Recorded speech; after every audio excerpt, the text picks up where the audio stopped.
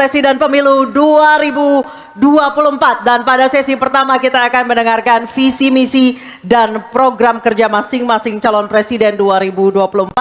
Jika pada debat kedua dimulai dari pasangan calon nomor urut 2, maka di debat ketiga kali ini kesempatan pertama akan diberikan kepada calon presiden nomor urut 3, dan para calon presiden bisa menggunakan ada 2 buah mikrofon yang tersedia baik di podium dan juga ada handy mic yang diletakkan di atas podium dan juga ghost neck yang telah tertempel di podium.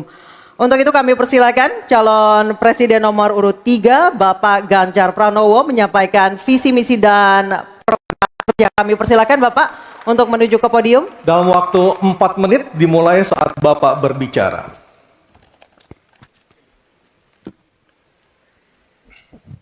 Terima kasih. Selamat malam Bapak Ibu sekalian yang hari ini hadir di studio dan tentu saja yang menyaksikan melalui tayangan televisi atau streaming. Kami membaca sekaligus mencatat persoalan luar negeri, pertahanan keamanan, dan tentu saja dari 3 ini kami akan menyampaikan poin per poin. Yang pertama terkait dengan politik luar negeri kita. Politik luar negeri kita adalah alat untuk negosiasi terhadap dunia luar, tapi kepentingan nasional harus nomor 1. Kenapa itu menjadi penting? Karena kita mesti betul-betul bisa melakukan redefinisi terhadap politik luar negeri yang bebas aktif, yang disesuaikan dengan kondisi kekinian. Ini penting karena apa? Karena kita perlu untuk memilih, memilah, dan memprioritaskan yang menjadi kekuatan, keinginan dari bangsa dan negara ini. Rakyat butuh bekerja. Rakyat butuh lapangan kerja lebih banyak. Investasi harus lebih banyak. Maka kita mesti memperkuat infrastruktur diplomasi kita, duta besar, para diplomat, dan tentu saja inilah yang mesti kita berikan penugasan-penugasan untuk membereskan persoalan-persoalan kepentingan ekonomi nasional dalam konteks kekinian. Dan tentu saja kita tidak pernah lupa, Indonesia selalu setia pada kesepakatan yang pernah diambil. Dekolonisasi yang dilakukan mendorong, meyakinkan kita semua untuk membebaskan seluruh bangsa tanpa boleh mengintervensi satu dengan yang lain. Dan inilah komitmen kita pada kemerdekaan Palestina yang kita dukung terus-menerus. Maka kalau itu kita kerjakan, beberapa problem krisis iklim barangkali akan kita selesaikan dengan membawa pola-pola diplomasi sesuai dengan kekinian yang diperlukan. Atau barangkali kepentingan UMKM yang mesti kita bawa ke dunia internasional seperti praktek yang pernah kami lakukan di Jawa Tengah. Dan itu membuat masyarakat akan merasakan politik luar negeri jauh lebih baik. Pertahanan, sistem pertahanan rakyat semesta mesti kita dorong, kita lapisi dengan pertahanan yang betul-betul berlapis, dan kita jadikan benteng pertahanan Nusantara sebagai sebuah satu kesatuan. Dan kita perlu melakukan penataan gelar pasukan karena IKN menjadi pusat gravitasi baru.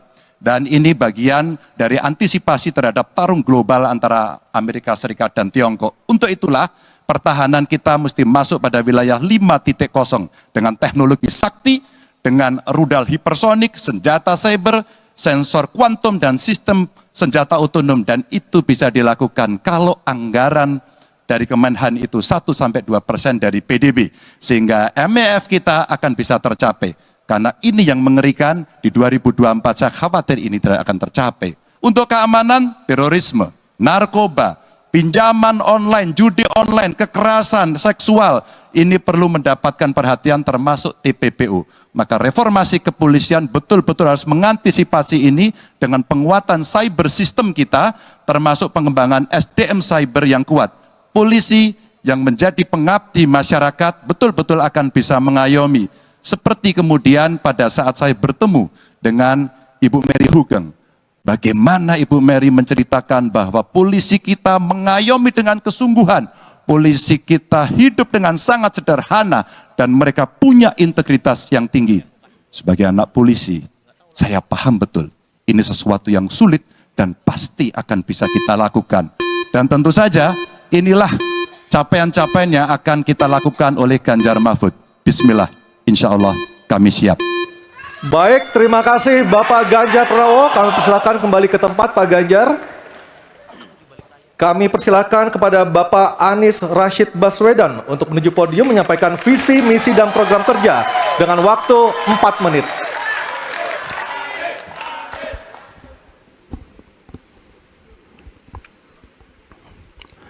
Assalamualaikum warahmatullahi wabarakatuh. Selamat malam dan salam sejahtera untuk semuanya. Bapak Ibu sekalian, saudara-saudara sebangsa setanah air yang saya hormati, yang saya cintai. Ketika kepercayaan dari Ibu dan Bapak saudara sekalian diberikan kepada kami, maka kami insya Allah akan mengembalikan posisi Indonesia menjadi pelaku utama di dalam konstelasi global. Indonesia tidak hadir sebagai penonton, tapi Indonesia hadir sebagai penentu arah perdamaian, kemakmuran bagi seluruh bangsa di level global maupun di level regional. Kami merencanakan bagaimana kekuatan Indonesia, kekuatan kebudayaan, kekuatan kesenian, kekuatan ekonomi ikut mewarnai kancah dunia. Kita ingin film kita, seniman kita, kuliner kita, diplomati kita, para diaspora kita menjadi fenomena dunia, hadir mewarnai kancah internasional. Kita menginginkan dengan cara seperti itu, maka apa yang kita kerjakan di level dunia membuat Indonesia bisa menjadi tuan rumah di negeri sendiri sekaligus tamu mempesona di negeri orang. Dan Presiden menjadi panglima diplomasi Indonesia, bukan hanya hadir dalam forum-forum, tapi hadir mewarnai, hadir serius memperjuangkan amanat, termasuk amanat terpenting, menghapuskan penjajahan di muka bumi. Bukan sekedar statement dalam upacara, tapi Presiden dan seluruh jajaran diplomasi bekerja keras untuk itu, khususnya untuk Palestina. Tapi dalam kenyataannya, kita bicara tentang pertahanan di sisi lain. Kita menghadapi tantangan yang tidak kecil. Dalam beberapa tahun terakhir ini, lebih dari 160.000 orang meninggal, bukan karena serangan militer, tapi karena serangan virus. HP kita, komputer kita, diserang oleh cyber attack. Lebih dari 800 juta cyber attack. Perdagangan manusia, perdagangan anak. Bagaimana perempuan, anak-anak menjadi korban, lebih dari 3.000 orang. Dan narkoba menyerbu Indonesia. 4,8 juta orang terpapar narkoba. Keluarga-keluarga kita menderita karena narkoba ini. Dan itu pedih sekali. Itu tingkat keluarga. Pencurian ikan, pencurian pasir, itu menandakan bahwa kita kebobolan. Dan lebih jauh lagi, ironisnya, Kementerian Pertahanan menjadi kementerian yang dibobol oleh hacker di 2023. Sebuah ironi. Karena itu kita ingin mengembalikan. Dan 700 triliun anggaran Kementerian Pertahanan tidak bisa mempertahankan itu, justru digunakan untuk membeli alat-alat alutsista yang bekas. Di saat tentara kita lebih dari separuh tidak memiliki rumah dinas, sementara menterinya punya, menurut Pak Jokowi, punya lebih dari 340 hektar tanah di Republik ini. Ini harus diubah. Tambah lagi food estate singkong yang menguntungkan kroni, merusak lingkungan, dan tidak menghasilkan. Ini harus diubah. Kami akan memulai dengan kepemimpinan yang menjunjung tinggi etika, kepemimpinan yang mengandalkan data, informasi, kapasitas yang serius. Kita ingin Republik ini berperan di level global, dijaga secara serius untuk rumah tangga, untuk nasional, sehingga kewibawaan kita adalah kewibawaan berdasarkan kekuatan. Untuk itu kita butuh perubahan. Terima kasih. Assalamualaikum warahmatullahi wabarakatuh. Baik, terima kasih Bapak Anies Baswedan, dipersilakan kembali ke tempat. Harap tenang. Harap tenang, harap Kita tenang sudah hadirin, paham? harap tenang dulu. Baik, Harap tenang. Selanjutnya kami persilakan kepada calon presiden nomor 2 Bapak Prabowo Subianto untuk menuju podium menyampaikan visi, misi, dan program kerja. Harap tenang, ada waktunya. Harap tenang. Waktu Anda 4 menit dimulai ketika Bapak berbicara, silakan. Bismillahirrahmanirrahim. Assalamualaikum warahmatullahi wabarakatuh. Salam sejahtera kita sekalian. Shalom, Om Swastiastu, Namo Buddhaya, salam kebajikan. Bapak-bapak, ibu-ibu sekalian yang saya hormati, Malam ini kita membicara tema-tema yang sangat penting, pertahanan, hubungan internasional, geopolitik, globalisasi, keamanan. Dengan demikian, kita kembali kepada dasar kita, tujuan nasional yang tercantum dalam Undang-Undang Dasar kita. Dalam pembukaan Undang Dasar 1945 tercantum sangat tegas bahwa tujuan nasional kita yang pertama adalah melindungi segenap bangsa Indonesia dan seluruh tumpah darah Indonesia. Jadi fungsi dari negara yang pertama adalah melindungi, berarti pertahanan. Saudara-saudara, kita memahami negara kita sangat besar, sangat kaya, ratusan tahun negara-negara dari jauh datang ke Nusantara ini untuk intervensi, untuk mengganggu, untuk adu domba, dan untuk mencuri kekayaan kita. Sampai kita merdeka, kita pun harus berhadapan dengan kekayaan alam kita diambil dengan murah. Karena itu, untuk kita menjadi negara makmur, untuk kita menjadi negara sejahtera, untuk rakyat kita hidup layak, punya pekerjaan layak, kita harus menjaga kekayaan kita. Kita harus menjaga, dan habis itu kita harus mengelola kekayaan kita. Saudara-saudara sekalian, politik luar negeri kita secara tradisi sejak awal kita merdeka adalah bebas aktif, adalah non-blok, tidak memihak, tidak ikut blok-blok, tidak ikut fakta. Ini akan saya teruskan. Dengan hubungan baik dengan semua kekuatan, kita bisa mengamankan kepentingan nasional kita. Saudara-saudara sekalian, 1000 kawan terlalu sedikit, 1 lawan terlalu banyak. Kita akan menjalankan politik tetangga baik. Saudara-saudara sekalian, kita bertekad harus punya pertahanan yang kuat. Mungkin ada yang asal bicara tanpa data, ya kan? Mungkin didorong oleh ambisi yang menggebu-gebu sehingga tidak objektif. Saudara-saudara sekalian, saya sebagai Menteri Pertahanan berpegang kepada doktrin, kepada strategi nasional, dan semuanya adalah atas dasar kepentingan bangsa dan rakyat Indonesia, dan saya mampu mempertanggungjawabkan, dan saya berkeyakinan hanya dengan pertahanan yang kuat kita akan dihormati, kita akan menjaga kepentingan nasional kita. Kalau kita buka buku ilmu pengetahuan yang paling dasar, kekuatan nasional harus ada kekuatan militer. Tanpa kekuatan militer, sejarah peradaban manusia mengajarkan bahwa bangsa itu akan dilindas seperti di Gaza sekarang ini. Akan diambil kekayaannya, akan diusir dari tanah airnya. Tidak bisa tidak, kita harus kuat. Kita harus kuat. Terima kasih. Wassalamualaikum warahmatullahi wabarakatuh. Baik, waalaikumsalam warahmatullahi wabarakatuh. Kami silakan kembali Pak Prabowo, kita berikan apresiasi yang paling meriah untuk para calon presiden pemilu tahun 2024. Sekarang diperbolehkan, silakan. Kami perbolehkan, silakan berikan apresiasi yang paling meriah. Oke. Aryo, tadi kita sudah dengarkan seperti apa visi misi dan program kerja dari para calon presiden. Nah, setelah jeda Cukup. Cukup. Mohon tenang. Mohon Cukup. tenang. Baik, kita akan jeda terlebih dahulu setelah tadi kita dengarkan visi misi dan program kerja para calon presiden yang telah disampaikan. Nanti di segmen berikutnya akan kita perdalam lagi. Kita akan kembali dalam acara debat ketiga calon presiden pemilu tahun 2024.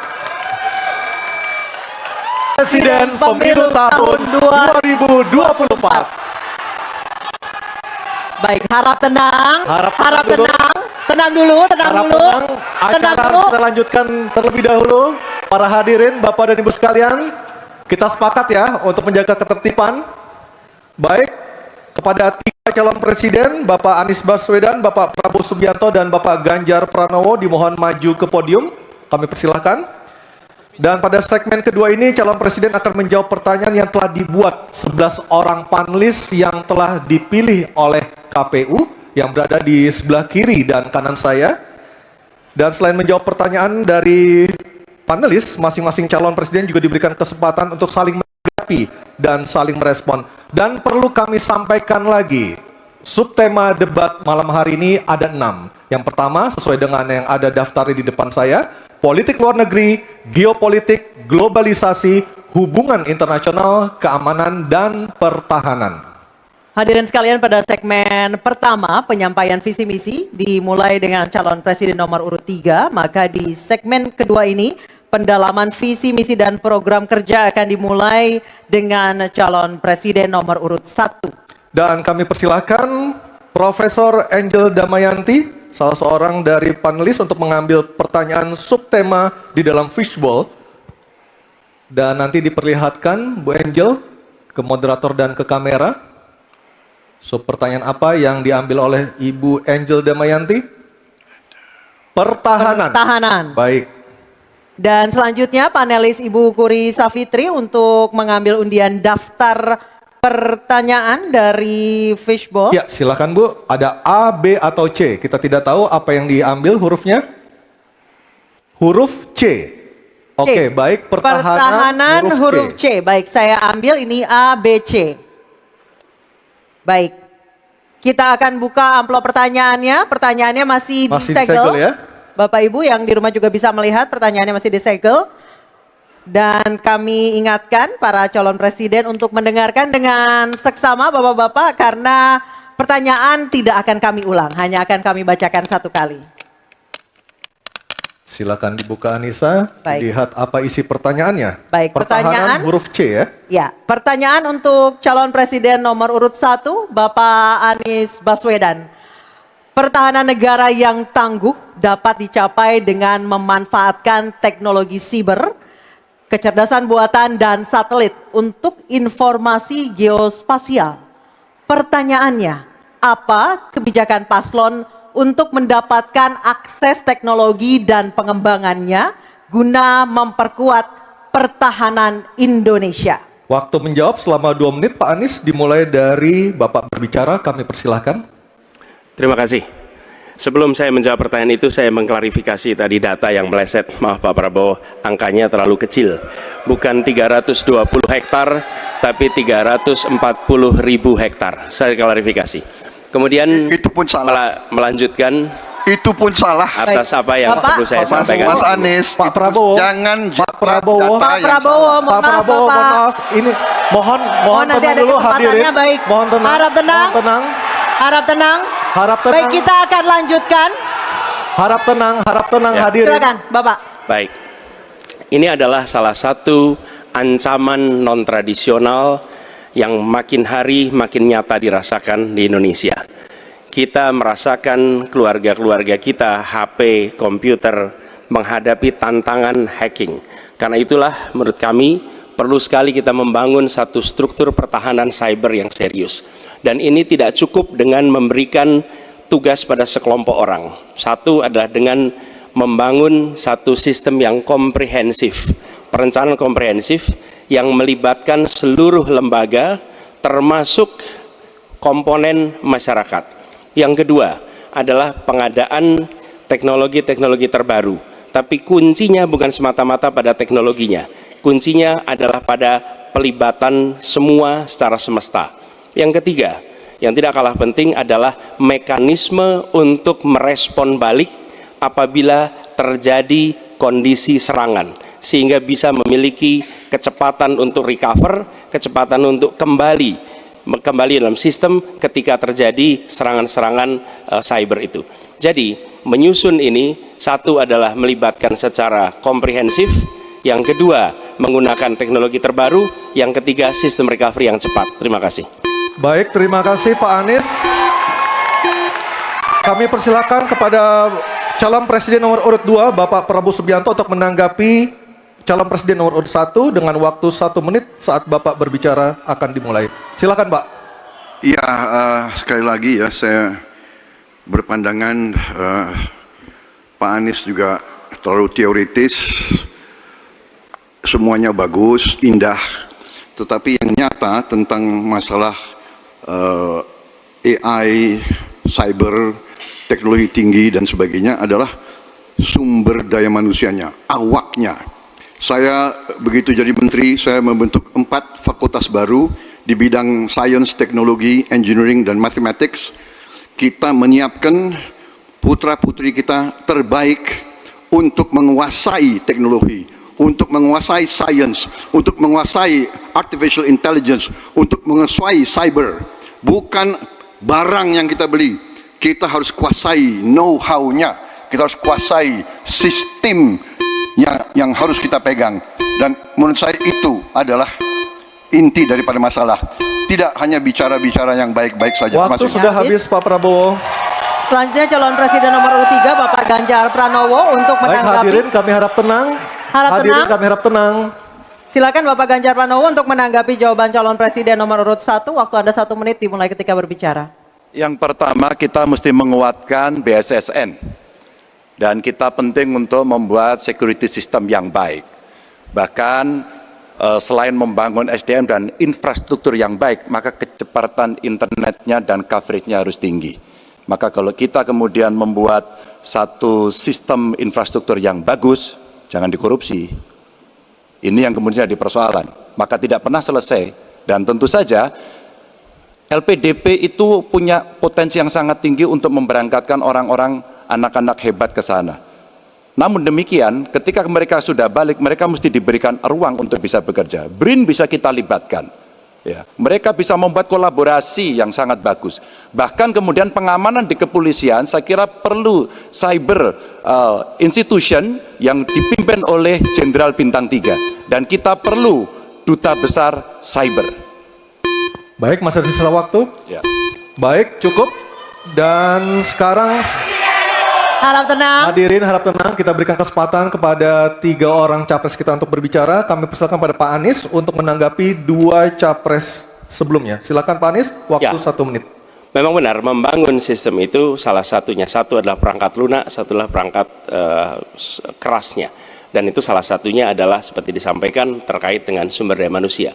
Persoalannya, kalau tadi disebut ada yang teoritis, ada yang kedua tidak dilaksanakan. Jadi selama 5 tahun ini, apa yang dikerjakan dalam mempertahankan sistem cyber kita? Mohon tenang. Justru di situ letak problemnya. Jadi ketika anggaran yang begitu besar dialokasikan justru bukan untuk mempertahankan yang hari ini menjadi serangan paling modern yang terjadi. Ini adalah ancaman yang paling nyata dan dirasakan di seluruh keluarga, bukan hanya di sektor pemerintahan. Karena itu menurut kami langkahnya investasi jangka panjang boleh, tapi manfaatnya itu baru dirasakan bisa 5 tahun, 10 tahun yang akan datang. Pertanyaannya hari ini dan kemarin apa? Dan itulah yang menjadi fokus kita. Segera siapkan sistemnya, segera siapkan orangnya, segera siapkan langkahnya.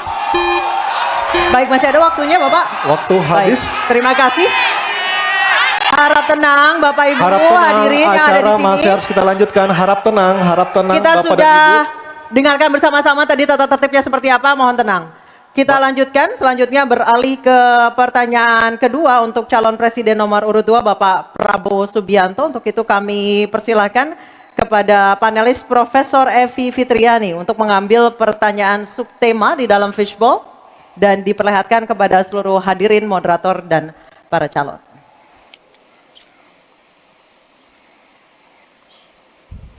Tema apa yang diambil oleh Ibu Evi? Kita lihat bersama-sama. Hubungan internasional. internasional. Baik, saya akan mengundang Ketua Panelis Profesor Hikmahanto Juwana untuk mengambil undian daftar pertanyaan dari fishbowl di sebelah kiri saya. Silakan Profesor Hik. A, B, atau C? Subtemanya hubungan internasional. C. Hubungan internasional C.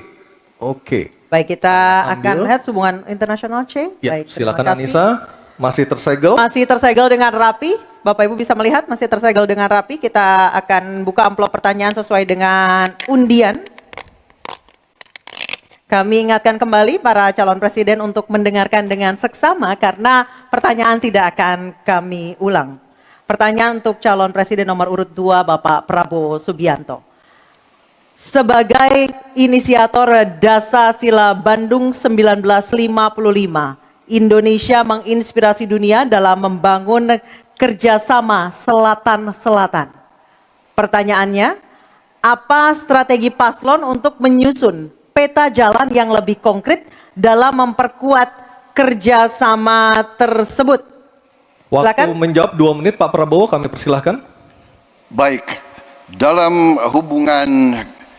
hubungan internasional yang utama bagi Indonesia harus tentunya kepentingan geopolitik kita dan kepentingan ekonomi kita. Karena itu yang utama adalah kita harus memperkuat ekonomi dalam negeri Indonesia. Kita harus menjaga kekayaan kita, kita harus mengelola kekayaan kita, kita harus hilirisasi supaya nilai tambah berpuluh-puluh kali naik. Kita kumpulkan kekuatan aset-aset dan keuangan kita, kita sejahterakan rakyat kita, baru kita akan disegani, kita akan didengar oleh semua negara, terutama negara-negara selatan. Kita sekarang pun sudah jadi panutan bagi banyak negara di Afrika. Begitu banyak negara di Afrika sekarang melihat ke kita, datang ke kita, minta belajar dari kita, karena kita dianggap negara selatan yang cukup berhasil. Inflasi rendah, pertumbuhan masih ada, neraca perdagangan kita bagus, surplus perdagangan mungkin 5 tahun berturut-turut. Kita sekarang jadi panutan. Jadi leadership kita di dunia, di hubungan internasional akan tercermin dan terimpak oleh keberhasilan kita mengelola kekayaan kita, menghilangkan kemiskinan di negara kita, rakyat kita, meraih teknologi, menjadi negara industri. Itu yang akan membuat kita memimpin dunia selatan. Terima kasih. Baik, terima kasih Pak Prabowo. Hadirin mohon tenang, kami persilakan kepada Pak Ganjar untuk menanggapi jawaban dari Pak Prabowo dalam waktu 1 menit dimulai saat Bapak berbicara. Kami persilakan Pak Ganjar. Selatan-selatan kita punya potensi yang hebat. Kita punya sumber daya alam yang sangat bagus. Kalaulah kita mau konsentrasi saja untuk bisa menuntaskan kekuatan yang berbasis pada sumber daya alam, ambil satu saja, teknologi baterai. Maka kalaulah kemudian kita akan bekerja sama dengan selatan-selatan, nikel kita miliki. Tapi boksit, ya, kita bisa share dengan beberapa negara yang lain. Ada juga litium umpama dengan Argentina. Maka kalau kemudian ini kita konsentrasikan penuh, betapa kekuatan ekonomi akan besar, ini menciptakan lapangan kerja, dan kita menyiapkan jemput bola SDM yang unggul untuk bisa meraih itu, dan kekuatan itu akan berimbas kepada rakyat kecil. 1, butuh lapangan kerja, 2, dia butuh daya beli yang baik, dan yang ketiga, mereka butuh pekerjaan karena ada lapangan kerja yang disediakan oleh pemerintah. Baik, waktunya habis. Baik. Harap tenang. Harap tenang. Selanjutnya giliran calon presiden nomor 1 Bapak Anies Baswedan untuk menanggapi. Waktu Bapak 1 menit dimulai ketika berbicara. Penjelasan tadi tidak menggambarkan tentang peran Indonesia di selatan-selatan. Itu hanya menggambarkan apa yang disampaikan Pak Prabowo tentang bagaimana kita membangun Indonesia. Dan ketika kita membangun dengan baik, tidak otomatis lalu jadi contoh. Yang harus dilakukan adalah seperti yang dilakukan ketika era Bung Karno pada waktu itu, Ali Sastroamidjojo. Apa yang dikerjakan? Merangkul semua. Membawa apa yang menjadi agenda selatan-selatan, bukan menceritakan agenda kita. Semua orang bisa baca di Google tentang apa yang kita kerjakan. Tapi kalau kita menjangkau pemimpin-pemimpin selatan-selatan dan presiden menjadi panglima diplomasi, bukan sekedar hadir di forum-forum menjadi salah satu penonton, salah satu hadirin, tapi datang ke sana membawa ini agenda selatan-selatan. Apa misalnya? Kita berhadapan dengan climate crisis, yang biaya untuk menghadapi climate crisis itu tinggi sekali. Dan ketika kita bicara dengan selatan-selatan, yuk kita bicara dengan utara, bagaimana membiayai climate crisis sebagai satu kesatuan. Indonesia jadi pemimpin selatan-selatan. Baik. Baik, tenang. Hadirin kita harap tenang. Kembali kami berikan kesempatan kepada Bapak Prabowo untuk menyampaikan tanggapannya atas jawaban dari dua capres sebelumnya. Kami persilakan Pak dalam waktu 1 menit. Saya kok banyak setuju dengan Pak Ganjar ya. Ya, kalau benar masuk akal, saya setuju. Kalau ngomong, ya kumaha. Ya, jadi leadership, apakah negara, apakah perorangan, tapi terutama juga negara harus dengan contoh ingarso sung tulodo. Kita mau mimpin, kita mau bawa agenda, kita mau cerita itu cerita, omon, ya. Tak bisa. Kenapa negara-negara selatan sekarang melihat ke Indonesia? Karena kita berhasil membangun ekonomi kita. Jadi tidak hanya omon, kerjanya omon saja, nggak bisa, tidak bisa. Baik. Waktu habis, Ingarso Pak sung Prabowo, tulodo. waktu habis. Baik, harap tenang dulu. Kita akan beralih ke berikutnya. Baik, selanjutnya. Hadirin, mohon kerjasamanya untuk tetap tertib. Mohon kerjasamanya sekali lagi. Baik, selanjutnya kita beralih ke pertanyaan untuk calon presiden nomor urut 3, Bapak Ganjar Pranowo. Untuk itu kami persilakan panelis Bapak Imade Andi Arsana untuk mengambil pertanyaan subtema di dalam fishbowl dan setelah terambil boleh langsung diperlihatkan. Ya, sudah ada 2 subtema yang kita bahas. Ini adalah yang ketiga, Anissa ya, dan juga pemirsa. Subtema apa yang diambil? Keamanan. Keamanan. Baik, untuk melengkapinya saya akan mengundang panelis Dr. Ian Montratama untuk mengambil undian daftar pertanyaan dari fishbowl di sebelah kiri saya. Kita akan lihat huruf apa yang diambil oleh Dr. Ian Montratama. Huruf C. Oke, keamanan huruf C, Anissa. Keamanan huruf C. Di Oke. depan, iya. C. Masih tersegel. Masih tersegel. Oke, silakan Aryo. Baik, saya buka keamanan huruf C. Dari suara juga masih tersegel. Masih tersegel dengan rapi. Baik, ini adalah pertanyaan untuk calon presiden nomor urut 3, Bapak Ganjar Pranowo. Kewenangan institusi di sektor keamanan sangat penting, namun masih terjadi tumpang tindih. Pertanyaannya, bagaimana komitmen paslon terhadap penataan institusi pertahanan dan keamanan? Terima kasih. Membereskan yang tumpang tindih. Dan itu harus dimulai dari pemimpin yang punya komitmen untuk membereskan. Siapa dia? Pemimpin tertinggi, Presiden. Maka kalaulah kemudian kita bicara pertahanan yang ada di laut, maka sekian lembaga yang mengurus laut mesti disatukan dalam sebuah wadah Coast Guard. Ketika kita bicara keamanan dan tumpang tindih, maka keamanan wilayahnya ada di kepolisian. Saya mengapresiasi umpama dalam konteks terorisme 2023 relatif tidak ada. Kita berikan apresiasi itu kepada kepolisian. Ketika kemudian terjadi pada situasi belahan Indonesia yang lain yang membutuhkan katakan bantuan dari TNI, maka disitulah kemudian on call mereka. Kami butuh bantuan, maka dibantu.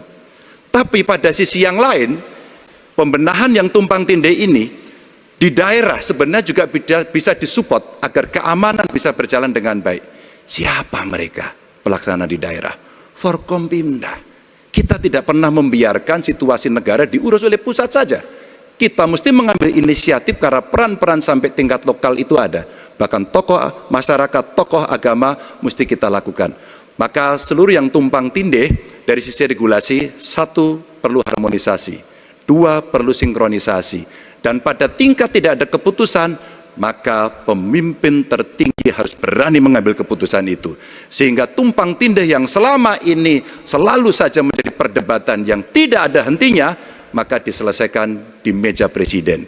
Dan itu saya kira sikap yang paling jelas untuk membereskan persoalan ini. Apapun dalam konteks eksekutif, maka pemimpin tertinggilah yang harus mengambil keputusan. Kecuali kita mesti berbicara dengan DPR maka kita akan duduk bersama untuk membicarakan secara regulatif. Waktunya habis. Baik, terima kasih Pak Ganjar. Ada waktunya, harap tenang. Kami persilakan kepada calon presiden nomor urut 1, Bapak Anies Baswedan untuk menanggapi jawaban dari Pak Ganjar dalam waktu 1 menit. Kami persilakan Pak Anies. Menurut hemat kami harus dirumuskan apa tantangan dan ancaman keamanan Indonesia di tahun-tahun ke depan. Dengan itu dirumuskan, maka kita tahu apa ancamannya. Lalu dari situ kemudian kita lihat bagaimana badan-badan yang selama ini ada diatur untuk merespon atas tantangan itu. Kalau kita hanya menata ulang tanpa memikirkan apa ancaman barunya, maka kita tidak lebih dari sekedar menyelesaikan urusan organisasi. Yang sesungguhnya dibutuhkan adalah bagaimana organisasi itu diatur untuk merespon tantangan. Jadi nomor 1, rumuskan itu. Kemudian yang kedua, yang tidak kalah penting, libatkan semua unsur yang terbiasa di dalam menyusun ancaman tantangan organisasi. Sehingga kemudian penataan organisasi badan-badan bukan semata-mata karena selera pemimpin, tapi karena merespon atas ancaman itu. Dengan begitu, penataannya akan sesuai kebutuhan. Terima kasih. Waktu 1 menit sudah habis. Baik, terima kasih. Selanjutnya giliran calon presiden nomor urut 2, Bapak Prabowo Subianto. Hadirin kami harap tenang terlebih dahulu. Ada waktunya untuk menanggapi jawaban dari Capres nomor urut 3. Waktu Bapak 1 menit dimulai ketika berbicara. Baik ya, sekali lagi saya harus mengatakan, saya kok banyak sependapat dengan Pak Ganjar. Jadi benar tumpang tindih harus diselesaikan oleh pimpinan tertinggi dan itu saya kira bisa ya. Tapi benar saya juga harus mengatakan kita harus apresiasi prestasi TNI dan prestasi Polri dalam menjaga pertahanan keamanan, dalam mengatasi berbagai peristiwa-peristiwa yang pelik. Harus kita akui, menghadapi terorisme, bom Bali, Peloso, dan sebagainya. Untuk itu, saya kira kalau saya dapat mandat, saya akan perbaiki kualitas hidup TNI, kualitas hidup Polri, memimpin supaya TNI dan Polri menjadi yang terbaik yang bisa kita bangun. Dengan keunggulan TNI dan Polri, Polri langsung di bawah Presiden, kita akan berbuat yang terbaik untuk rakyat kita. Terima kasih. Selanjutnya kita kembali ke calon presiden nomor urut 3, Bapak Ganjar Pranowo untuk merespon tanggapan dari kedua capres tadi. Waktu Anda 1 menit dimulai ketika berbicara, silakan. Ketika overlap kelembagaan ditanyakan kepada saya, maka saya sudah pelajari apa yang ada. Data, kondisi sosiologis, konflik antar kelembagaan, itu bukan tiba-tiba turun dari langit. Karena kami sudah baca datanya, kami melihat prakteknya, pengalaman kami 10 tahun di DPR dan 10 tahun di gubernur, cukuplah sudah untuk membuat analisis kondisi sosiologis yang ada. Maka tidak perlu lagi kita akan mengundang lebih banyak orang untuk meneliti starting from zero. Ini starting from the end. Dan kemudian kita mesti memutuskan cepat. Maka kalaulah kemudian seluruh data itu sudah ada di kepala kita, sudah tertuliskan dengan baik, maka yang diambil adalah keputusan karena kita punya konsep untuk memutuskan itu. Kecuali kita blank dan kita tidak pernah tahu dari mana Anda akan memulai. Karena saya tahu dari mana itu memulai. Terima kasih. Baik, terima kasih Pak Ganjar.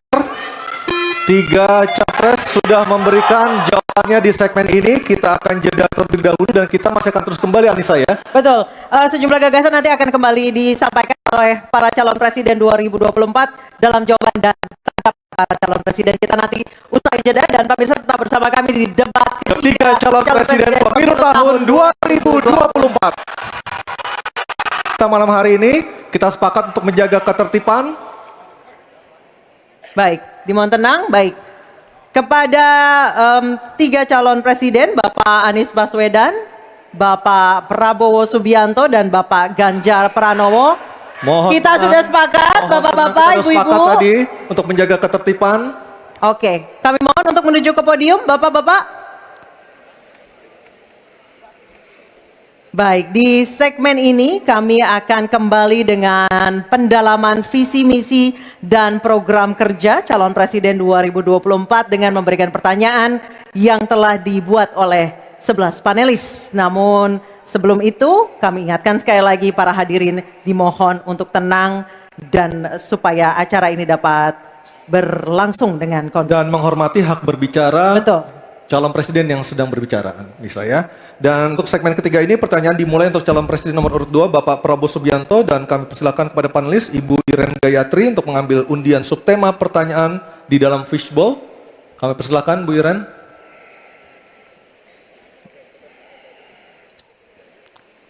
Tersisa 3 subtema lagi untuk segmen ini. Sudah ada keamanan, hubungan internasional, dan juga pertahanan.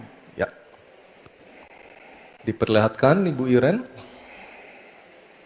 Politik luar negeri. Oke, baik. Politik luar negeri. Selanjutnya panelis Bapak Kusnanto Anggoro untuk mengambil undian daftar pertanyaan dari fishbowl dan mohon diperlihatkan huruf yang tertera. Huruf A, B, atau C yang akan dipanggil oleh Pak Kusnanto Anggoro. Silakan, Pak Kus.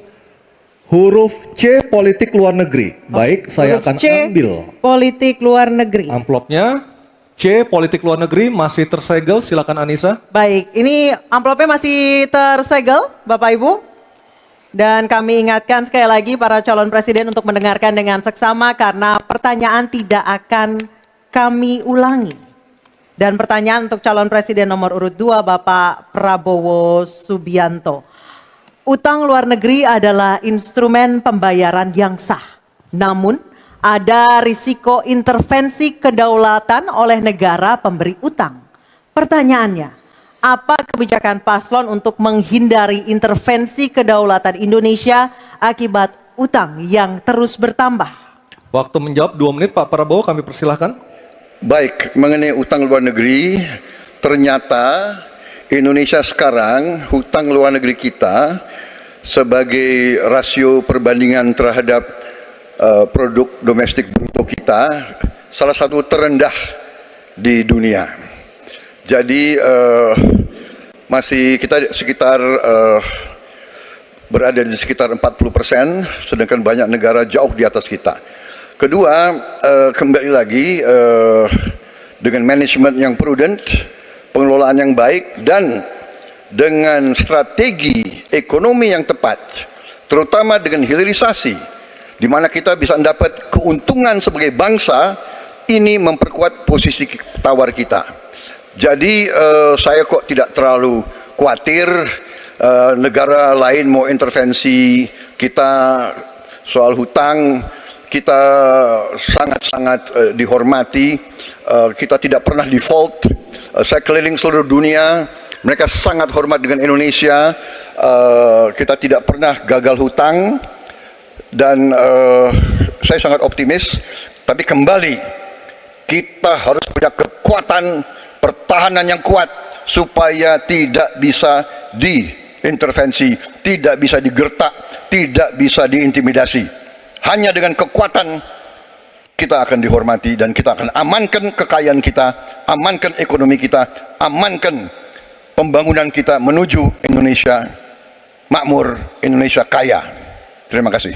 Masih ada sisa waktu Pak Prabowo? Ya, Mohon tenang. saya tegaskan kembali ya, bahwa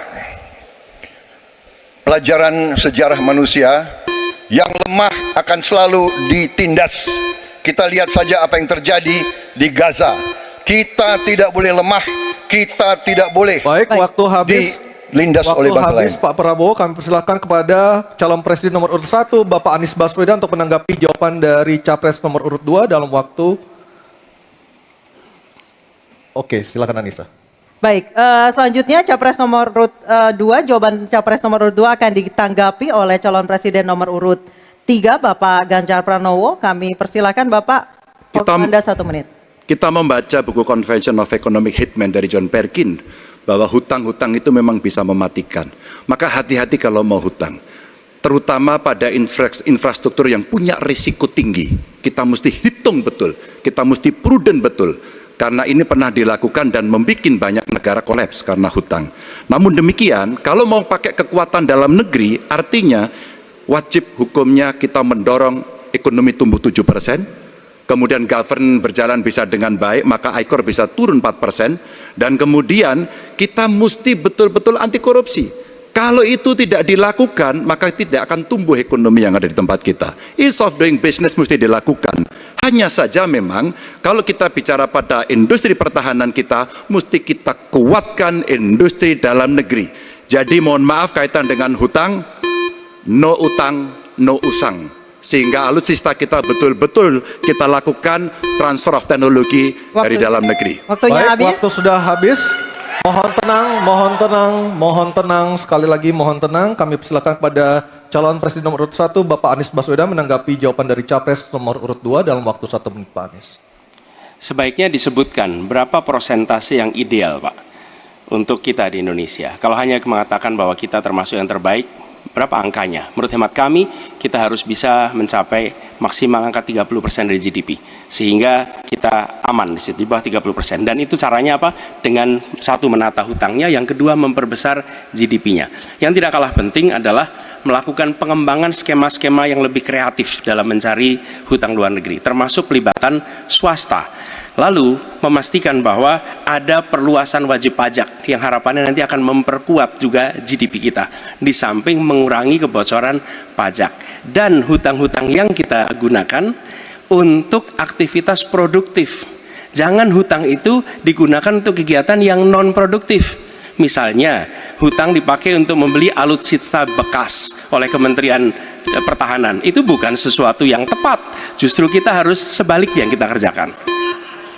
Baik. Terima kasih. Harap tenang dulu. Harap tenang dulu. Kita kembali ke calon presiden nomor urut 2 Bapak Prabowo Subianto untuk merespon tanggapan dari kedua capres. Waktu Bapak 1 menit, silakan. Saya nggak mengerti. Jangan-jangan guru kita, buku kita sama, Pak Ganjar.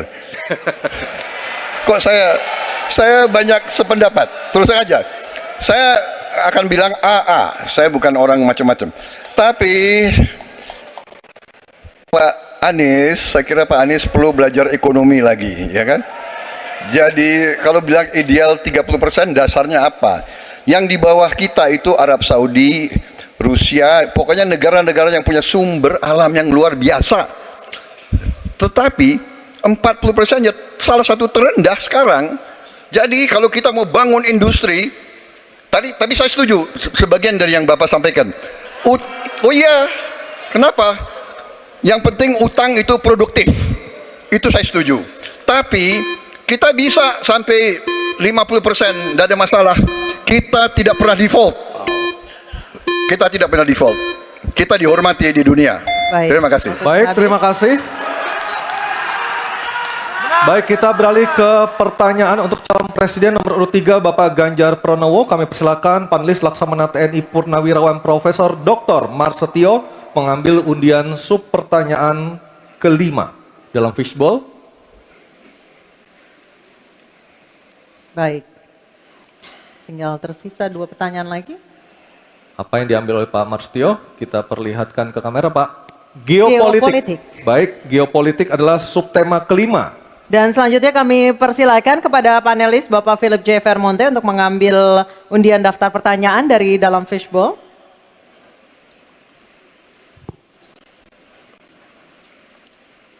Huruf A. Geopolitik huruf A. Geopolitik Saya huruf A. ambil Baik. amplopnya, masih tersegel. Silakan Anissa. Baik, kita akan buka amplop yang tersegel ini. Subtema kelima yang harus dijawab adalah tentang geopolitik. Dan kami ingatkan kembali kepada calon presiden untuk mendengarkan dengan seksama karena pertanyaan tidak akan kami ulang. Dan pertanyaan untuk Bapak Ganjar Pranowo adalah konflik Laut Cina Selatan belum selesai dan Code of Conduct belum disepakati. Bahkan menjadi arena persaingan hegemoni Amerika Serikat dan Tiongkok. Pertanyaannya, apa inisiatif baru yang ditawarkan paslon agar Indonesia berkontribusi dalam mengelola konflik Laut Cina Selatan? Waktu menjawab 2 menit Pak Ganjar, kami persilahkan. Indonesia bukan claimant. Jadi sebenarnya kita punya banyak langkah untuk bisa kita lakukan. Yang pertama adalah kita evaluasi perjalanan selama ini bagaimana di Laut Cina Selatan tidak pernah selesai. Sudah dengan DOC, sudah dengan COC, 20 tahun lebih tidak pernah selesai. Maka usulan kami sangat jelas dan clear. Apa itu? Kesepakatan sementara. Kenapa kesepakatan sementara ini mesti kita dorong dan kita inisiatif agar kita bisa mencegah sesuatu yang tidak kita inginkan. Kita tahu persis, modernisasi peralatan di Tiongkok akan selesai di tahun 2027. Apa artinya? Kalau kita bicara One China Policy, maka seluruh dunia pasti akan mengakui bagaimana peran itu. Yang kedua, ketika kemudian peran itu menjadi kuat, maka bukan tidak mungkin cerita-cerita potensi terjadinya konflik dengan negara lain akan muncul.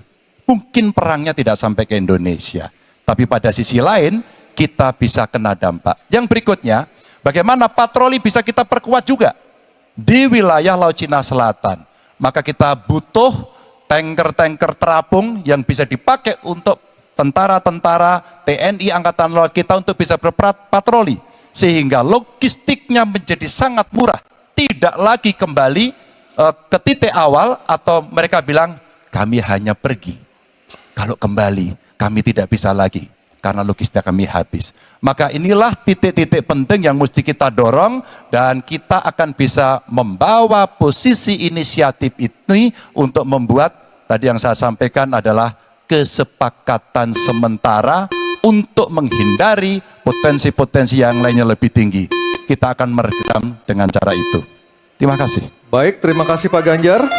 Selanjutnya kami persilahkan. Mohon tenang. Harap tenang. Mohon tenang Bapak dan Kita Ibu sudah sekalian. sepakat di awal Bapak Ibu. Kami persilakan calon presiden nomor urut 1 Bapak Anies Baswedan untuk menanggapi jawaban dari capres nomor urut 3. Waktu Bapak 1 menit dimulai ketika berbicara. Jawaban Pak Ganjar tidak ada satu kata pun menyebut kata ASEAN. Padahal kata kuncinya di dalam menyelesaikan persoalan ini adalah ASEAN. Dan Indonesia negara terbesar di ASEAN, pendiri ASEAN. Indonesia harus kembali menjadi pemimpin ASEAN yang dominan. Bukan sekedar hadirin dalam summit-summit ASEAN. Kita menjangkau semua dan negara-negara ASEAN yang sekarang ini menjadi pintu masuk bagi kekuatan Tiongkok misalnya di Laut Cina Selatan. Apakah itu Laos, apakah itu Myanmar sekarang, itu akan menjadi bagian dari kesepakatan ASEAN terhadap wilayah Laut Cina Selatan. Bila di ASEAN kita membangun kesepakatan, bagaimana kita menata, bagaimana menghadapi kekuatan luar ASEAN. Karena kekuatan luar ASEAN yang datang di sini, maka kita menghadapinya sebagai satu regional, bukan sekedar Indonesia berhadapan dengan negara lain, tapi satu region dan Indonesia memimpin ASEAN. Itu kata kuncinya menurut saya. Terima kasih. Baik, terima kasih Pak Anies. Mohon tenang Bapak dan Ibu sekalian. Mohon tenang. Kita lanjutkan Pak Prabowo untuk menanggapi jawaban dari capres nomor urut 3. Waktu Bapak 1 menit dimulai dari Bapak berbicara. Jadi keadaan Laut Cina Selatan menggarisbawahi bahwa kita perlu kekuatan pertahanan yang kuat. Kita perlu platform untuk patroli, kita perlu satelit, kita perlu banyak sekali. Dan untuk itu pertahanan harus kita bangun. Dan tadi ya sekali lagi Pak Anies ngomong-ngomong barang bekas karena Pak Anies rupanya tidak mengerti masalah pertahanan. Ya tidak. Saya bersedia Pak Anies mengundang Pak Anies di tempat yang Pak Anies suka, kita diskusi. Saya akan bawa data. Saya akan bawa data yang sebenar-benarnya. Ya. Jadi barang-barang bekas itu menurut saya menyesatkan rakyat. Itu Pak tidak pantas seorang profesor ngomong-ngomong begitu. Ya. Karena dalam pertahanan hampir 50% alat-alat dimanapun adalah bekas, tapi usianya masih muda. Baik, Jadi habis Pak Prabowo. Ya. Terima kasih. Baik, selanjutnya kita harap tenang, kita sudah sepakat di awal. Kita kembali ke calon presiden nomor urut 3 Bapak Ganjar Pranowo untuk merespon tanggapan dari kedua capres. Waktu Bapak 1 menit silakan. Terima kasih Mas Anies, saya tidak memberikan catatan ASEAN. Saya tahu persis pengambilan keputusan di ASEAN itu rumitnya minta ampun. Karena harus dengan konsensus. Maka kenapa banyak persoalan tidak selesai? Disitulah ketika kemudian amanah yang diberikan kepada saya, revitalisasi ASEAN. Agar kemudian pengambilan keputusannya tidak bulat. Sehingga kalau kita berbicara Laut Cina Selatan kemudian menggerakkan ASEAN, oke, itu betul. Tapi terbayangkan DOC-COC yang sudah lamanya minta ampun 20 tahun lebih tidak pernah selesai. Maka pengambilan keputusannya, proses pengambilan keputusan di ASEAN itulah yang mesti juga kita review sehingga akan bisa lebih cepat. Yang berikutnya, saya sepakat alutsista angkatan laut yang ada di sekitar sana harus menjadi prioritas.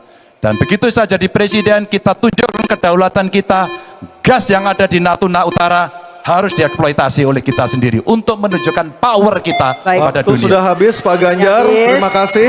Oke. Mohon tenang, masih ada satu sub pertanyaan lagi yang harus dijawab oleh ketiganya pada sesi ini, pada segmen ini. Kami beralih ke pertanyaan untuk calon presiden nomor urut 1, Bapak Anies Baswedan, dan kami persilakan kepada Profesor Dr. Widya Setiabudi Sumadinata untuk mengambil undian pertanyaan subtema. Silakan Pak Widya. Ini adalah yang terakhir. Yang ke-6. Yang diambil oleh Pak Widya, subtemanya adalah globalisasi. Baik, globalisasi subtemanya. Baik, selanjutnya kami kembali persilakan panelis Ibu Kuri Maharani Savitri untuk mengambil undian daftar pertanyaan dari dalam fishbowl dan memperlihatkannya kepada moderator dan juga kepada hadirin serta kepada para capres. C. Globalisasi C. Baik, saya ambil amplopnya C, globalisasi masih tersegel. Anissa silahkan. Baik, sekali lagi masih tersegel. Ini globalisasi huruf C. Kita akan lihat bersama. Kami ingatkan kembali sekali lagi bagi para calon presiden untuk mendengarkan pertanyaan dengan seksama karena kami tidak akan ulang. Pertanyaan untuk Bapak Anies Baswedan adalah globalisasi membuka peluang masuknya budaya asing ke Indonesia, tetapi juga memungkinkan budaya Indonesia untuk mendunia. Pertanyaannya, bagaimana strategi paslon mempromosikan budaya populer Nusantara untuk mendukung pertumbuhan ekonomi nasional? Waktu Bapak menjawab 2 menit, Pak Anies, kami persilahkan. Ya. Negara harus mengalokasikan sumber daya yang cukup di bidang kebudayaan. Bukan dipandang sebagai biaya, tapi dipandang sebagai investasi. Dengan begitu, maka karya-karya kita, dari mulai kuliner, karya seni seperti film, itu menjadi tumbuh berkembang dan kemudian bisa dibawa ke level global. Dan kita berencana di dalam diplomasi ini melibatkan semua, diaspora dilibatkan, mahasiswa dilibatkan, mereka yang berada di luar diajak menjadi bagian dari diplomasi. Kemudian yang tidak kalah penting, kita ingin membangun rumah kebudayaan Indonesia di tiap-tiap region di seluruh dunia. Sehingga di tiap-tiap region kita akan memiliki satu tempat di mana Indonesia menunjukkan karya budayanya, di mana kita menjual kepada mereka bukan sekedar komoditas-komoditas perekonomian, tapi juga kita menawarkan kepada mereka nilai karya budaya Indonesia. Kemudian kuliner, kita merencanakan untuk membantu mendorong tumbuhnya restoran-restoran, kafe-kafe Indonesia di berbagai kota besar di seluruh dunia. Sebagaimana sekarang di Jakarta kita menyaksikan banyak sekali restoran asing di sini. Kita harus memiliki rumah kuliner Indonesia di berbagai tempat. Dan itu siapa? Negara yang ada di belakangnya, negara yang fasilitasi. Dengan begitu maka swasta yang terlibat akan bisa mengelola ini, tapi awalnya investasi dari negara. Dan lalu disiapkan kredit yang memungkinkan bagi usaha kecil mikro untuk menjadi bagian dari diplomasi kebudayaan Indonesia.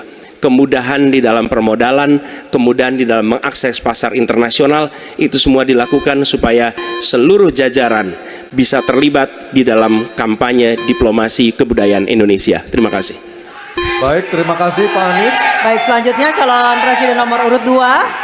Harap tenang. Mohon tenang, Bapak dan Ibu, mohon tenang. Calon presiden nomor urut 2, Bapak Prabowo Subianto untuk menanggapi jawaban dari capres nomor urut 1. Waktu Bapak 1 menit, silakan. Saya kira yang disampaikan Pak Anies masuk akal ya, walaupun memang itu bersifat normatif ya. Memang kembali kalau dikatakan negara yang harus berperan, kuncinya adalah bahwa kita ini harus punya dana yang cukup. Kita harus punya tabungan yang cukup. Kita harus punya sovereign wealth fund yang cukup. Untuk itu kita harus punya laba yang cukup. Kita harus punya neraca perdagangan yang positif. Kita harus punya tabungan yang banyak, dan untuk itu hanya bisa dilakukan dengan hilirisasi, dengan penghematan, dengan efisiensi, dengan penerimaan pajak yang baik dan yang efisien. Saya kira itu. Baik, terima kasih Pak Prabowo. Selanjutnya kita dengar, mohon tenang, kita dengar tanggapan ataupun jawaban dari calon presiden nomor urut 3 Bapak Ganjar Pranowo menanggapi jawaban capres nomor urut 1. Waktu Anda 1 menit Pak Ganjar, kami persilahkan. Teknologi digital sudah mendunia, kita semua menggunakan itu. Maka ada satu kata namanya viralisme. Maka ketika kemudian ada yang konvensional, kita mendorong agar para duta besar kita, diplomat kita untuk menjadi tenaga pemasar, mereka menjadi fasilitator, mereka juga kemudian mempromosikan yang ada di dalam negeri maupun menarik yang potensi di luar negeri ke dalam negeri dengan berbagai kerjasama dan fasilitasi dari negara, maka viralisme sebenarnya bagian yang bisa kita dorong dari tanah air sendiri. Kalau kita lihat Nicky, Rich Brian, Karina seorang intelektual yang hebat sekali yang menemukan antivirus AstraZeneca. Dia diaspora yang hebat, kita promosikan, kita viralkan. Nicky Rich Brian, Voice of Baceprot yang kemudian mendunia kita fasilitasi, maka dialah yang akan bisa mendapatkan keuntungan dan sekaligus menjadi diplomat Baik. Indonesia. Sudah habis, Habis. Pak Ganjar. Oke, harap tenang. Mohon Harap tenang. Harap tenang. Selanjutnya kita kembali ke calon presiden nomor urut 1 Bapak Anies Baswedan untuk merespon tanggapan dari kedua capres. Waktu Bapak 1 menit, silakan. Terima kasih. Kami bersyukur sekali bahwa Bapak-Bapak berdua sepaham dengan apa yang kami gagas. Dan ketika kami ditugaskan sebagai Presiden Republik Indonesia, sebagai Panglima Diplomasi, maka setiap kegiatan ke luar negeri adalah bersama dengan delegasi kebudayaan, delegasi seni, dan datang ke pusat-pusat kegiatan kebudayaan, kesenian di negara-negara yang dikunjungi. Bukan hanya datang rapat lalu pulang, tapi datang di sana menemui aktivitas-aktivitas kesenian kebudayaan, sehingga mereka pun menyadari bahwa Indonesia ini negeri yang kaya budayanya. Karena setiap presidennya datang, dia membawa delegasi kebudayaan, ditunjukkan di sana, bukan datang rapat, ikut lalu pulang. Dan dengan cara seperti itu, maka dunia akan menyaksikan. Ingat, setiap presiden datang sebuah negara, seluruh media di negara itu memperhatikan. Itu kesempatan luar biasa untuk mempromosikan Indonesia, dan itu yang kami kerjakan di samping yang sudah kami lakukan, kami katakan tadi. Terima kasih. Baik, terima kasih Pak Anies, Pak Ganjar, dan Pak Prabowo. Dan kami persilakan untuk para capres untuk kembali ke tempat duduk masing-masing.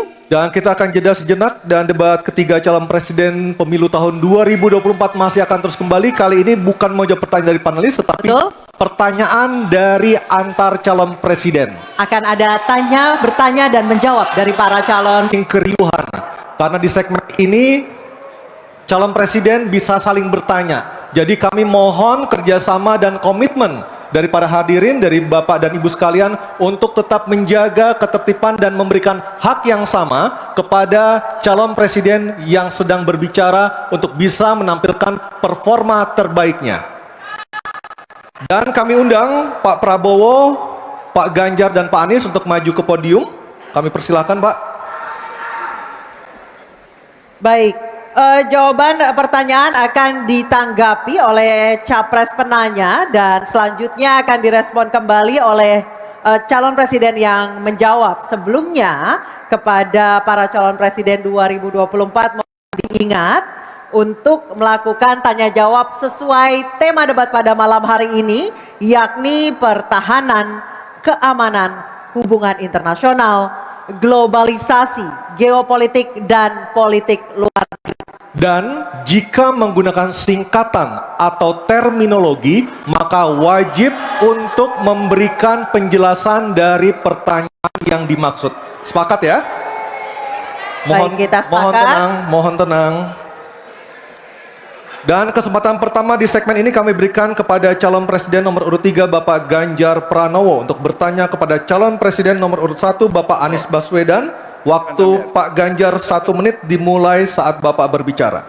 Mas Anies, Anggaran pertahanan belum ideal. Tadi saya sampaikan kita perlu 1-2% dari PDB. Sekarang masih 0,78%. Ini data. Untuk beli alutsista masih harus ngutang dan utang kita di 2023 naik dari 20,7 miliar dolar menjadi 25 miliar dolar. Padahal target Renstra kita, perlu saya panjangkan, rencana strategis ya. Minimum essential force di 2024 tidak tercapai kira-kira. Karena sekarang hanya 65,49% dari target. Kira-kira menjadi pertanyaan saya nih Mas Anies. Apa solusi ekonomi pertahanannya untuk kita bisa mengejar ketertinggalan dan kemudian menyelesaikan persoalan-persoalan itu agar pertahanan kita menjadi strong? Baik, masih ada Bapak sedikit lagi? Cukup Pak. Baik. Baik, terima kasih Pak Ganjar. Mohon untuk tenang. Kami persilakan Bapak Anies Baswedan untuk menjawab. Waktu Ya. Bapak 2 menit. Silakan. Terima kasih Pak Anjar. Jadi terkait dengan anggaran pertahanan, seperti tadi disampaikan kita masih di bawah. Kalau tadi disebutkan 0,78, kami memandang memang perlu sampai dengan 1-1,5% yang perlu yang kita butuhkan. Dan untuk itu maka kita harus memperbesar GDP kita, memperbesar APBN kita. Karena itulah pertumbuhan ekonomi menjadi penting. Dengan pertumbuhan ekonomi yang merata dan berkualitas, harapannya maka kita memiliki masukan negara yang cukup. Kemudian yang kedua, tadi terkait dengan hutang. Hutang-hutang yang digunakan untuk aktivitas produktif yang meningkatkan kesejahteraan, menumbuhkan perekonomian. Itu juga salah satu cara untuk memperbesar APBN kita dengan adanya pendapatan ini. Yang ketiga adalah bagaimana pajak kita diperluas basisnya, ditingkatkan efektivitasnya, lagi-lagi untuk meningkatkan pendapatan. Tapi yang tidak kalah penting adalah memastikan bahwa praktek-praktek koruptif yang membuat anggaran terserap tidak secara optimal itu ditiadakan. Dengan begitu, maka porsi yang kita miliki untuk sektor pertahanan akan bisa kita alokasikan. Tanpa kita memiliki anggaran yang cukup, maka alokasi di sini menjadi berat. Dan bila kita melakukan pembelanjaan, maka kami membayangkan justru menggunakan kekuatan sendiri. Kalaupun ada dalam bentuk hutang, maka itu satu paket dengan belanja senjatanya, belanja alutsistanya, sehingga itu menjadi satu kesatuan. Dan meniadakan praktek-praktek middle di dalam penyelenggaraan alutsista, seperti peraturan perundangan yang mengharuskan itu G2G atau langsung dengan korporasi yang membuatnya. Jadi kami melihat dengan cara seperti itu, meningkatkan alokasi itu satu hal, mengefisienkan itu hal berikutnya yang harus kita kerjakan. Terima kasih. Baik, Pak Ganjar kami persilakan untuk menanggapi Harap tenang. pernyataan dari calon presiden nomor urut 1. Waktunya 1 menit, Pak Ganjar kami persilakan. Ya, ternyata jawaban saya dapat bonus. Sebenarnya saya ingin membahas yang soal pertahanan dan alutsistanya. Tapi oke, saya kira terima kasih atas jawabannya. Saya ingin menyatakan dengan jelas, maka pertumbuhan ekonomi 7% wajib. Alokasi 1-2% PDB menurut saya menjadi keharusan agar kuat. Dan belanja alutsista kita ini harus jadi investasi pertahanan kita. Tanknya dibuat di Pindad, helinya di PT DI, fregatnya ada di PT PAL, sibernya ada di PT LAN. Maka kalau kemudian bisa kita optimalkan betul-betul, rasa-rasanya apa yang ingin kita capai dari minimum essential forces-nya akan tercapai. Kalau kita lihat di 2024 yang rasa-rasanya agak berat bisa dicapai, maka saya khawatir makin mundur, tidak ajak dalam perencanaan, ini menyulitkan. Dan kita perlu garda samudra untuk mengawal Indonesia dan pertahanan sakti 5.0. Waktu waktunya habis, terima habis. kasih Pak Ganjar. Kami persilakan. Oke. Tenang. Kami persilakan Bapak Anies untuk menanggapi tanggapan dari Pak Ganjar. Waktu Anda 1 menit. Silakan. Ya, pemanfaatan atas sumber daya lokal itu penting, perlu kita teruskan. Dan kita perlu memanfaatkan juga, memastikan bahwa tenaga-tenaga dalam negeri untuk bidang pertahanan itu diinvestasikan secara serius. Pembahasan mengenai investasi sumber daya manusia ini kunci. Kita perlu mengirimkan lebih banyak lagi generasi baru untuk ilmu-ilmu alutsista, sehingga ke depannya penyelenggaraan alutsista domestik bisa berkembang. Itu satu hal dalam jangka panjang. Nah, karena itu saya sepahaman tentang pentingnya dalam negeri. Tapi tidak kalah penting ketika kita berbicara tentang memastikan bahwa belanja alutsista itu bersih, tidak melibatkan korporasi-korporasi yang punya masalah dengan korupsi. Dengan begitu maka bukan saja anggarannya efisien, tapi tidak bocor di dalam belanja alutsista. Baik, terima kasih Pak Anies, waktunya sudah habis. Mohon tenang Bapak dan Ibu sekalian, baru saja kita lihat nomor urut 3 dan 1 saling berhadapan dengan tanya jawab dan memberi tanggapan. Dan selanjutnya kami berikan kesempatan kepada calon presiden nomor urut 1 Bapak Anies Baswedan akan bertanya kepada calon presiden nomor urut 2 Bapak Prabowo Subianto. Untuk itu kami persilakan Pak Anies untuk bertanya, waktunya 1 menit dimulai dari Bapak berbicara. Terima kasih. Semakin tinggi jenjang kepemimpinan, semakin luas cakupannya, semakin kompleks organisasinya, maka pemimpin makin mengandalkan pada nilai. Bukan lagi teknis-teknis, tapi makin mengandalkan pada nilai. Itu yang membedakan antara kepemimpinan yang kompleks dengan yang sederhana.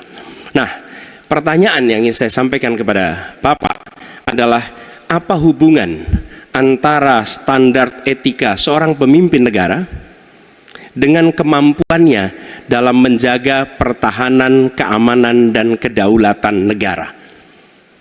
Terima kasih. Baik, waktu masih ada Pak Anies. Sudah cukup. Cukup? Baik, kami persilakan kepada calon presiden nomor urut 2 Bapak Prabowo Subianto untuk menjawab pertanyaan dari Bapak Anies. Waktu Bapak 2 menit dimulai ketika berbicara, silakan. Saya sependapat bahwa semakin tinggi, semakin kompleks, memang kepemimpinan itu butuh nilai. Nilai-nilai yang sangat fundamental. Pertama, nilai adalah cinta tanah air. Kedua, kejujuran. Ketiga, kebersihan yang Bapak bolak-balik ngomong. Harus memberi contoh. Tidak boleh korupsi dengan bentuk apapun. Jadi saya sependapat harus ada kepemimpinan berdasarkan nilai. Ya. Jadi hubungan dengan etik benar. Ya, kita harus beretik dengan benar. Ya, jujur. Apa yang kita katakan itu ya yang ada di hati kita. Jangan lain di mulut, lain di hati. Dan harus cinta tanah air. Pertahanan ini sakral bagi kita. Ini menyangkut keselamatan kita. Jangan karena ambisi pribadi kita menghasut dan menyesatkan rakyat. Itu etik yang tertinggi, Saudara Profesor Anies Baswedan. Itu etik yang tertinggi. Kebersihan jiwa, kejujuran, kesetiaan kepada rakyat. Sekali lagi, jangan karena ambisi pribadi kita menyesatkan rakyat, kita menghasut rakyat, kita membahayakan pertahanan keamanan rakyat. Kasihan prajurit-prajurit yang sedang berjuang untuk menjaga kita, polisi-polisi yang menjaga kita. Kasihan kalau ada calon-calon pemimpin yang kerjanya hanya menghasut saja. Waktu habis, terima kasih Pak Prabowo. Mohon tenang. Bisa tenang dulu Bapak Ibu, bisa tenang dulu. Oke, Mohon bisa tenang dulu. Baik, kita lanjutkan kepada Bapak Anies Baswedan menanggapi jawaban dan pernyataan dari Capres nomor urut 2 Bapak Prabowo Subianto. Waktunya 1 menit, silakan Pak Anies. Ketika dikatakan bahwa standar etika yang dipegang adalah tinggi, memang menjadi presiden, panglima tertinggi harus memiliki standar etika yang amat tinggi. Itu harus. Karena dia akan mengambil keputusan, mengerahkan pasukan, dan ketika harus bertempur ada korban nyawa, itu keputusan-keputusan etika.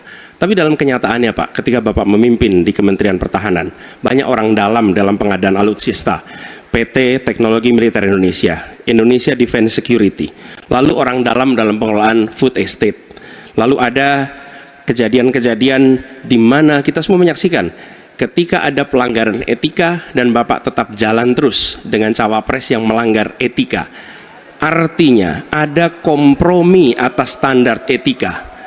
Standar etika ini fakta, ini fakta. Dan kemudian dalam pidato Bapak mengolok-olok tentang pentingnya etika. Saya tidak tega untuk mengulanginya. Pertanyaannya, apa penjelasan Pak Prabowo soal itu semua? Baik, waktu habis. Oke, harap tenang dulu. Kita lanjutkan acaranya. Kami persilakan Bapak Prabowo untuk menanggapi pernyataan Bapak Anies Baswedan. 1 menit, silakan Bapak. Jadi, saudara-saudara, semua data yang saudara ungkapkan itu keliru semua. Jadi saya bersedia kita duduk, kita buka-bukaan, ya. Mau bicara food estate, mau bicara apa PT Teknologi Militer Indonesia, kita buka, iya kan? Jadi di mana masalahnya? Nah, saudara bicara etik-etik, ya kan? Saya tuh keberatan karena saya menilai, maaf ya, karena Anda desak saya terus terang aja saya menilai Anda tidak pantas bicara soal etik. Itu saja. Saya merasa bahwa Anda itu posturing, ya. Anda tuh menyesatkan. Itu aja, ya. Saya boleh berpendapat kan? Saya menilai Anda tidak berhak bicara soal etik karena Anda memberi contoh yang tidak baik soal etik. Terima kasih. Mohon tenang, mohon tenang. Oke. Harap tenang, kita sudah sepakat Bapak Ibu yang ada di ruangan. Baik, sekarang saatnya kita akan melihat calon presiden nomor urut 2 dan 3 saling bertanya dan menanggapi. Diawali dengan calon presiden nomor urut 2 Bapak Prabowo Subianto bertanya kepada calon presiden nomor urut 3 Bapak Ganjar Pranowo. Kami persilahkan Pak Prabowo, waktunya 1 menit. Baik, Pak Ganjar. Ya, Pak. Pak Ganjar mengatakan bahwa anggaran pertahanan kita sebaiknya naik 1-2%. Dan bahwa kita harus membangun industri pertahanan dalam negeri yang kita utamakan. Pertanyaan saya, kalau kita menaikkan sampai dengan 1-2%, bagaimana sikap Bapak dalam mengambil keputusan tentang teknologi yang mana yang kita prioritaskan dalam peningkatan pertahanan itu? Postur mana? Daratlah, lautlah, udara, atau ketiga-tiganya, atau kita mengarah ke teknologi yang lebih canggih lagi. Terima kasih. Baik, masih ada waktunya Bapak? Cukup. Baik. Kami persilakan Bapak Ganjar untuk menjawab pertanyaan dari Pak Prabowo. Waktu Anda 2 menit, silakan Bapak. Terima kasih. Mudah-mudahan saya didudukan di tengah memang agak mendinginkan dua kawan saya kiri kanan. Terima kasih Pak Prabowo. Mana pilihannya dari matra itu? Proporsional Pak. Tapi tidak ada serangan yang akan masuk melalui darat karena kita negara air pelagic. Maka yang mesti diperkuat hari ini adalah laut. Prioritas. Laut, mereka butuh sonar Pak. Mereka butuh sensor-sensor Pak. Dan hari ini mereka menyampaikan kepada saya kebutuhan itu nomor 1 hari ini. Yang berikutnya tentu udara. Kenapa udara? Kami tidak bisa Pak. Dan saya senang kalau nanti Bapak dalam forum ini menjelaskan ide Bapak untuk membeli pesawat bekas. Kenapa ini menjadi penting? Kami tidak rela dengan statement Bapak tadi yang saya dukung Pak. Kasihan prajurit. Pak, kalau pilotnya itu mesti dilatih 3 tahun, pesawatnya bekas Pak. Dan dia harus datang lagi, pelatihan lagi Pak. Dengan resiko yang sangat tinggi, tentu itu sangat berbahaya. Maka peningkatan itu Pak di awal saya sampaikan, kenapa pertumbuhan harus tinggi? Kenapa industri dalam negeri menjadi prioritas? Bahkan saya sebut tadi, tank dibuat di mana, heli, fregat, cyber dibuat di mana, agar kita bisa konsisten dalam perencanaan pembangunan, termasuk ketika kita membuat kapal selam yang sudah dimulai dari PT PAL. Yang kerjasamanya kalau tidak salah Bapak batalkan dengan Korea Selatan. Tolong Pak kalau saya keliru, ini kesempatan Bapak Yang untuk mana? bisa menjelaskan. Yang mana dibatalkan? Dengan PT PAL yang kerjasama dengan Korea Selatan. Kapal selam. Pak Prabowo, Jadi nanti itu. Ini nggak apa-apa kalau saya terima sebenarnya debat sebenarnya seperti ini. Kalau boleh tanya jawab langsung. Baik, silakan Bapak Ganjar, silakan. Silakan, Oke. lebih menarik. silakan Pak dilanjutkan, masih ada Oke. waktu. Masih ada waktu Pak Ganjar. Iya, ya karena sudah selesai. The stage is yours Pak, silakan. Baik, silakan Pak Prabowo, waktunya 1 menit. Baik, terima kasih Pak Ganjar. Kesempatan saya bisa menjawab. Jadi, alat perang itu usianya kurang lebih 25 sampai 30 tahun. Pesawat terbang, kapal perang dan sebagainya.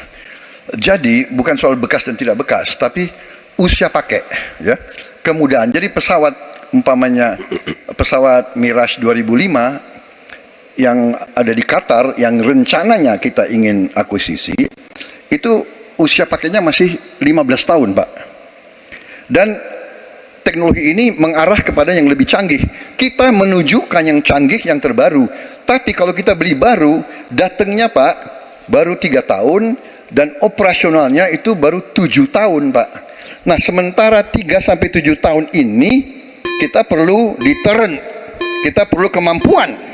Itu maksudnya latar belakang. Jadi saya kira itu yang bisa saya jelaskan, tapi waktu yang singkat tidak cukup. Baik, Bapak. waktu sudah habis. Saya kembali ke Capres nomor 3. Tenang dulu. Bapak Ganjar untuk menanggapi tanggapan dari Pak Prabowo. Silakan Bapak 1 menit. Ya, awalnya saya percaya sekali bahwa Bapak akan memahami ini. Tapi hari ini saya menjadi meragukan. Karena saya bertanya kepada pilot, saya bertanya kepada Angkatan Laut pada persoalan ini. Perencanaan pembangunan yang top down membuat seluruh matra hanya menerima saja. Kenapa ini saya sampaikan, Pak? Maka kalau kita bicara katakan bukan soal cerita bekasnya, buat kami tidak. Karena Yuwono Sudarsono pernah menolak itu, dan apa yang Bapak rencanakan hari ini ditunda. Apa artinya? Saya kira perencanaannya terlalu gegabah pada soal itu. Dan keseriusan itu tidak dimunculkan sama sekali pada pengelolaan industri pertahanan dalam negeri. Di mana PT PAL kemudian hari ini sudah mendapatkan hutang dan kemudian dia tidak bisa melaksanakan apapun pada soal itu. Maka ini menjadi catatan, tapi saya berterima kasih karena Pak Prabowo menjelaskan itu. Dan mudah-mudahan masyarakat menjadi jelas posisinya. Baik, waktunya. Baik, terima kasih Pak Ganjar, Pak Prabowo dan Pak Anies. Kita berikan aplaus yang meriah untuk ketiga calon presiden kita. Bapak dan Ibu sekalian. Baik para hadirin dan juga pemirsa, kita akan jeda dulu. Selanjutnya akan sama seperti segmen ini, akan ada tanya jawab antar capres. Dan kami persilakan untuk para calon presiden kembali duduk. Jangan kemana-mana, tetap di debat Ketiga calon presiden pemilu tahun 2024. Anda yang berada di Istora Senayan, Jakarta. Dan kepada 3 calon presiden, Bapak Anies Baswedan, Bapak Prabowo Subianto, dan Bapak Ganjar Pranowo, dimohon untuk menuju ke podium. Kita akan lanjutkan Bapak segmen tanya jawab. Dan kami ingatkan lagi ada 6 subtema malam hari ini: pertahanan, keamanan, hubungan internasional, globalisasi, geopolitik, dan politik luar negeri. Jadi sudah kita hanya ada 6 subtema yang kita bahas malam hari ini, dan juga jika menggunakan terminologi atau istilah maka harus dijelaskan. Dan selanjutnya kami persilakan calon presiden nomor urut 1 Bapak Anies Baswedan untuk bertanya kepada calon presiden nomor urut 3 Bapak Ganjar Pranowo. Waktu Bapak 1 menit, kami persilakan Pak Anies. Terima kasih Pak Ganjar. Pertanyaan ini terkait dengan kinerja Kementerian Pertahanan. Ketika tadi kita bahas sama-sama situasi pertahanan kita, Bapak tadi membahas tentang bagaimana belanja alutsista, bagaimana rencana tentang minimum force itu bisa dicapai, dan lain-lain. Bapak melakukan review itu. Nah, di sisi lain, Bapak juga waktu itu pernah memberikan penilaian atas kinerja penegakan hukum di Indonesia. Bapak beri skor 5 atas kinerja hukum di Indonesia. Pertanyaannya sekarang, terkait dengan pertahanan, berapa skor yang Bapak berikan atas kinerja Kementerian Pertahanan yang dipimpin oleh Bapak Prabowo? Silakan Pak Ganjar. Baik, masih ada waktunya Pak Anies? Cukup Pak Anies? Cukup. Baik. Baik, langsung saja kami persilakan Pak Ganjar untuk menjawab pertanyaan dari Pak Anies. Waktu Bapak 2 menit dimulai ketika berbicara, silakan. 5 juga. Saya punya datanya dan kemudian akan saya sampaikan. Maka di meja saya sudah saya siapkan data satu persatu. Namun demikian Mas Anies, tentu saja ada yang ingin saya sampaikan dari apa yang tadi sudah saya utarakan. Ketika kemudian kita ingin membangun sistem pertahanan kita, maka dalam perencanaan kita tidak boleh gonta-ganti. Kita mesti ajak, mesti konsisten. Kedua, kita mesti mendengarkan betul-betul dari seluruh matra. Maka seluruh proses perencanaannya harus bottom up. Sehingga saya ketemu dengan seseorang berpangkat cukup tinggi, Pak, kalau Bapak kasih persenjataan kepada saya yang tidak saya butuhkan, sudah saya siapkan museum untuk saya taruh di sana. Situasi seperti ini tentu tidak mengenakan. Tapi ini harus kita buka, apapun kondisinya, untuk perbaikan bangsa. Kritik, otokritik itu menyehatkan. Tidak ada kok rasa dengki di hati saya. Yang ada adalah bagaimana rasa cinta tanah air ini mesti kita wujudkan. Agar kemudian kita betul-betul bisa menjadi negara kuat di banyak area dan kita berbicara di dunia internasional disegani. Bung Karno telah menyampaikan itu. Daulat politik itu wajib. Berdikari dalam bidang ekonomi mesti dituju. Dan kita punya kepribadian dalam kebudayaan. Sekarang daulat ekonomi pertahanan kita mesti kita tunjukkan. Maka ketika banyak perusahaan-perusahaan waktu itu yang sangat strategis dibikin, itu mimpi sejak dari lama pendiri bangsa agar kita menjadi negara kuat. Dan itulah yang sebenarnya kita-kita yang harus meneruskan itu. Begitu, Mas Anies. Ya, makasih Pak Ganjar. Cukup Pak Ganjar. Baik Pak Anies. Silakan menanggapi jawaban dari Pak Ganjar. Waktu 1 menit Pak Anies, silakan. Jadi TNI, tentara kita, polisi kita, semua bekerja luar biasa di lapangan. Kita harus berikan rasa hormat dan terima kasih. Karena mereka mengerjakan hal-hal yang sulit, hal-hal yang berat. Tapi sisi kebijakan menurut saya lebih parah. Kenapa? Di era Pak SBY, kenaikan gaji terjadi 9 kali. Selama era ini hanya bernaik gaji 3 kali dan akan naik nanti tahun depan. Karena menjelang pemilu mungkin naik gajinya. Tapi di sisi lain, kesejahteraannya tidak dipikirkan dengan serius. Tukin hanya 80%. Lihat Kementerian Keuangan, lihat Kementerian PUPR. Menteri-menterinya mengusahakan peningkatan tukin di mereka. Lalu kita lihat tadi alutsista yang bekas, yang itu resikonya adalah keselamatan dari TNI kita. Mereka bekerja keras menjaga setiap jengkal tanah Republik ini. Tetapi mereka tidak didukung dengan policy. Karena itu menurut saya skornya justru di bawah 5, Mas Ganjar. Kalau 5 itu ketinggian, Pak Ganjar. Terima kasih, Pak Ganjar. Baik, waktu habis Pak Anies. Pak Ganjar silakan jawab pertanyaan dari Pak Anies. Waktu Bapak 1 menit. Silakan Pak Ganjar. Mas Anies gak usah takut. Disebut aja angkanya berapa gitu loh. Kayak saya gitu loh. Jangan di bawah 5, sebut aja berapa. 11, Mas. Dari 100. Oke. Ini sedikit ngajari kendel Mas Anies biar berani. Apa yang kemudian saya lakukan dari jawaban saya untuk membela para TNI kita? Saya bersama mereka. Saya mendengarkan, saya berkeliling Indonesia, saya mampir bertemu di rumah-rumah mereka, di asrama-asrama mereka. Maka kami tidak mau kalau kemudian mereka, mohon maaf, bertempur dan mati sia-sia. Saya tidak rela. Maka itulah yang saya bela. Maka perencanaan bottom up itu betul-betul sebuah perencanaan yang mereka inginkan. Mereka harapkan dan mereka bisa menggunakan dengan sangat efektif. Termasuk pada soal kesejahteraan tadi yang disampaikan. Dan saya sepakat pada soal itu. Baik, terima kasih Pak Ganjar. Mohon tenang, mohon tertib. Bapak dan Ibu sekalian, kita akan lanjutkan. Kami persilahkan kepada Capres nomor 2 Pak Prabowo untuk bertanya kepada Capres nomor 1 Bapak Anies Baswedan. Waktunya 1 menit Pak Prabowo, kami persilahkan. Saya cukup kaget karena beberapa hari yang lalu calon wakil presiden Bapak menyampaikan bahwa negara kita tidak dalam keadaan perang, sehingga untuk apa kita harus beli alat-alat perang. Tapi hari ini Bapak mengatakan Bapak setuju dengan kenaikan anggaran 1-2%. Jadi itu saya minta ketegasan. Yang kedua, ya sekali lagi data-data yang Bapak pegang adalah keliru, dan juga Pak Ganjar tadi juga banyak kelirunya. Saya sangat transparan, dan semua partai yang mengusung Bapak Profesor Anies mendukung APBN, berarti mendukung program saya, termasuk PDIP di Komisi 1. Waktu habis Baik, Pak waktu Prabowo. Baik, Pak Anies silakan untuk menjawab pertanyaan Pak Prabowo, waktu Anda 2 menit. Silakan. Ya, jadi kita butuh pertahanan yang sesuai dengan ancaman nyata yang ada di depan kita. Ancaman ini dirasakan oleh siapa? Dirasakan bukan saja di dalam batas-batas teritorial, tapi juga di keluarga. Bagaimana ancaman atas penipuan online, bagaimana ancaman atas peretasan, bagaimana ancaman atas judi online, bagaimana ancaman-ancaman terorisme. Itu semua membutuhkan perhatian.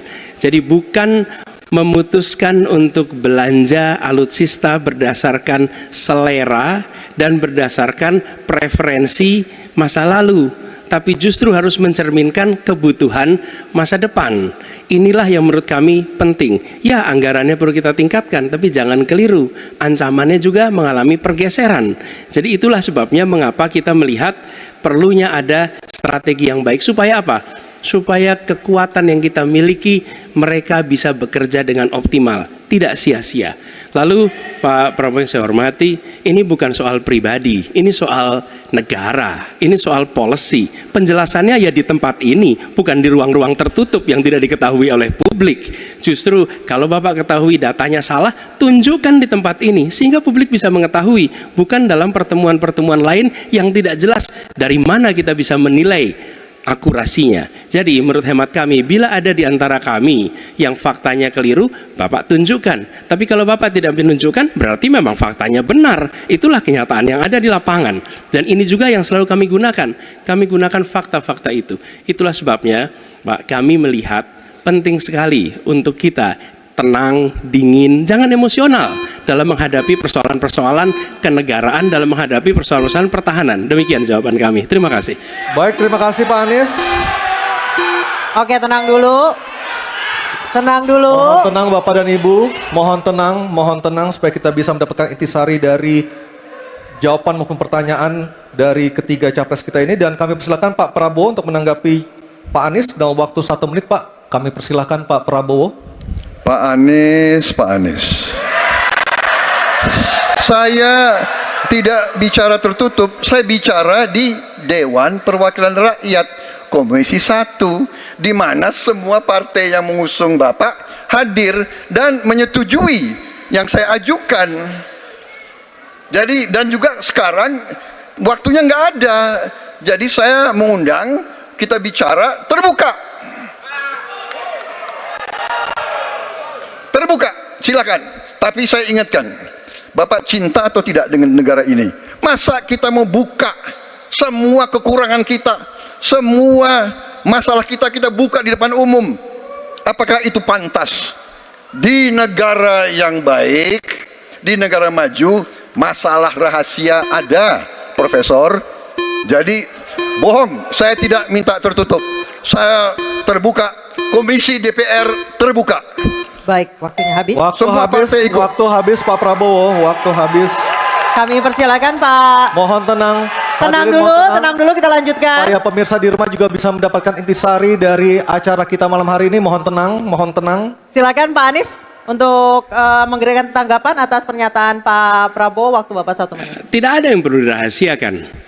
Bapak Presiden menyampaikan, Bapak punya lahan lebih dari 340.000 hektar, sementara TNI kita, prajurit kita selebih dari separuh tidak punya rumah dinas. Itu fakta, tidak perlu dibicarakan secara tertutup. Itu kekurangan yang harus kita perbaiki. Dan ketika tadi Bapak mengatakan Bapak akan meningkatkan kesejahteraan, Pak, Bapak ini sudah Menhan selama 4 tahun, hampir 5 tahun, bukan calon Menhan. Jadi harusnya menunjukkan inilah yang sudah saya kerjakan, bukan mengatakan apa yang akan dilakukan. Nah, saya menyampaikan bila saya ditugasi maka kenaikan gaji dilakukan tiap tahun. Maka perumahan prajurit TNI dipastikan dibangun sehingga mereka tidak perlu ngekos, tidak perlu mereka sewa, dan mereka bisa tenang. Mereka diminta mempertahankan setiap jengkal, tapi kita tidak memberikan tempat tinggal bagi mereka berdinas. Itu tidak benar, itu harus dikoreksi. Baik, waktu habis. Terima kasih Pak Anies. Mohon tenang Bapak dan Ibu, mohon tenang, mohon tenang, mohon tenang. Tenang dulu yuk Mohon supaya kita tenang, bisa Bapak dan lanjutkan Ibu. acaranya. Mohon tenang dulu. Mohon tenang. Mohon tenang menjaga ketertiban. Kita berikan hak yang sama kepada 3 capres kita. Mohon tenang, mohon tenang. Dan kita akan memasuki sesi tanya jawab yang terakhir, yakni calon presiden nomor urut 3 Pak Ganjar Pranowo dan calon presiden nomor urut 2 Bapak Prabowo Subianto untuk saling tanya jawab dan menanggapi. Dan kami silakan Pak Ganjar untuk bertanya kepada Pak Prabowo. Waktu Anda 1 menit. Silakan Pak Ganjar. Terima kasih. Pak Prabowo, saya senang sekali Bapak memantik saya, data saya tidak benar. Silakan bantah data saya hari ini, Pak. Dan saya izinkan kalau ada staf mau bantu, silakan berdiri di sebelahnya. Izinkan. Pak, Global Peace Index kita menurut sumber Institute for Economic and Peace kita turun, Pak. Kalau mau diklosa boleh. Silakan. Saya bawakan ini dari rumah. Mari kita bicara data yang benar. Global Militarization Index kita sumbernya Bonn International Center for Conflict Studies turun. Semua skornya ada. Kapabilitas militer kita, ini dari Law Institute Asia Power Index, turun. Proporsi anggaran pertahanan kita, sumbernya IISS Military Balance Plus, turun. Pak Prabowo, saya mau bertanya kepada Bapak, termasuk kemudian capaian MEF kita hanya 65,49% dari target 79%. Mengapa terjadi penurunan dan apa solusinya? Waktunya habis. Pak Prabowo silakan untuk menjawab pertanyaan dari Pak Ganjar, waktu Bapak 2 menit silakan. Jadi Pak Ganjar, saya sudah buat rencana, tetapi yang menentukan termasuk Menteri Keuangan. Dan masalah yang kita hadapi, tolong ya, saya memang sudah jadi Menteri Pertahanan 4 tahun, tetapi kita diganggu oleh COVID 2 tahun, di mana terjadi refocusing. Jadi banyak yang kita ajukan tidak disetujui oleh Menteri Keuangan. Jadi sebagai seorang menteri, sebagai seorang team player, saya harus loyal. Jadi ya saya tidak banyak bicara di depan umum ya. Tapi data-data yang Bapak ungkapkan masalah pesawat bekas ya. Saya ingatkan Bung Karno waktu menghadapi Irian Barat, seluruh alatnya bekas. Pak Ganjar, Bung Karno seluruh pesawat terbang, kapal selam, cruiser, destroyer, semuanya bekas ya. Jadi kita juga masih pakai banyak sampai sekarang pesawat bekas. Jadi banyak data Bapak, mungkin niat Bapak baik, tapi mungkin tim Bapak, staf Bapak itu keliru memberi masukan ya.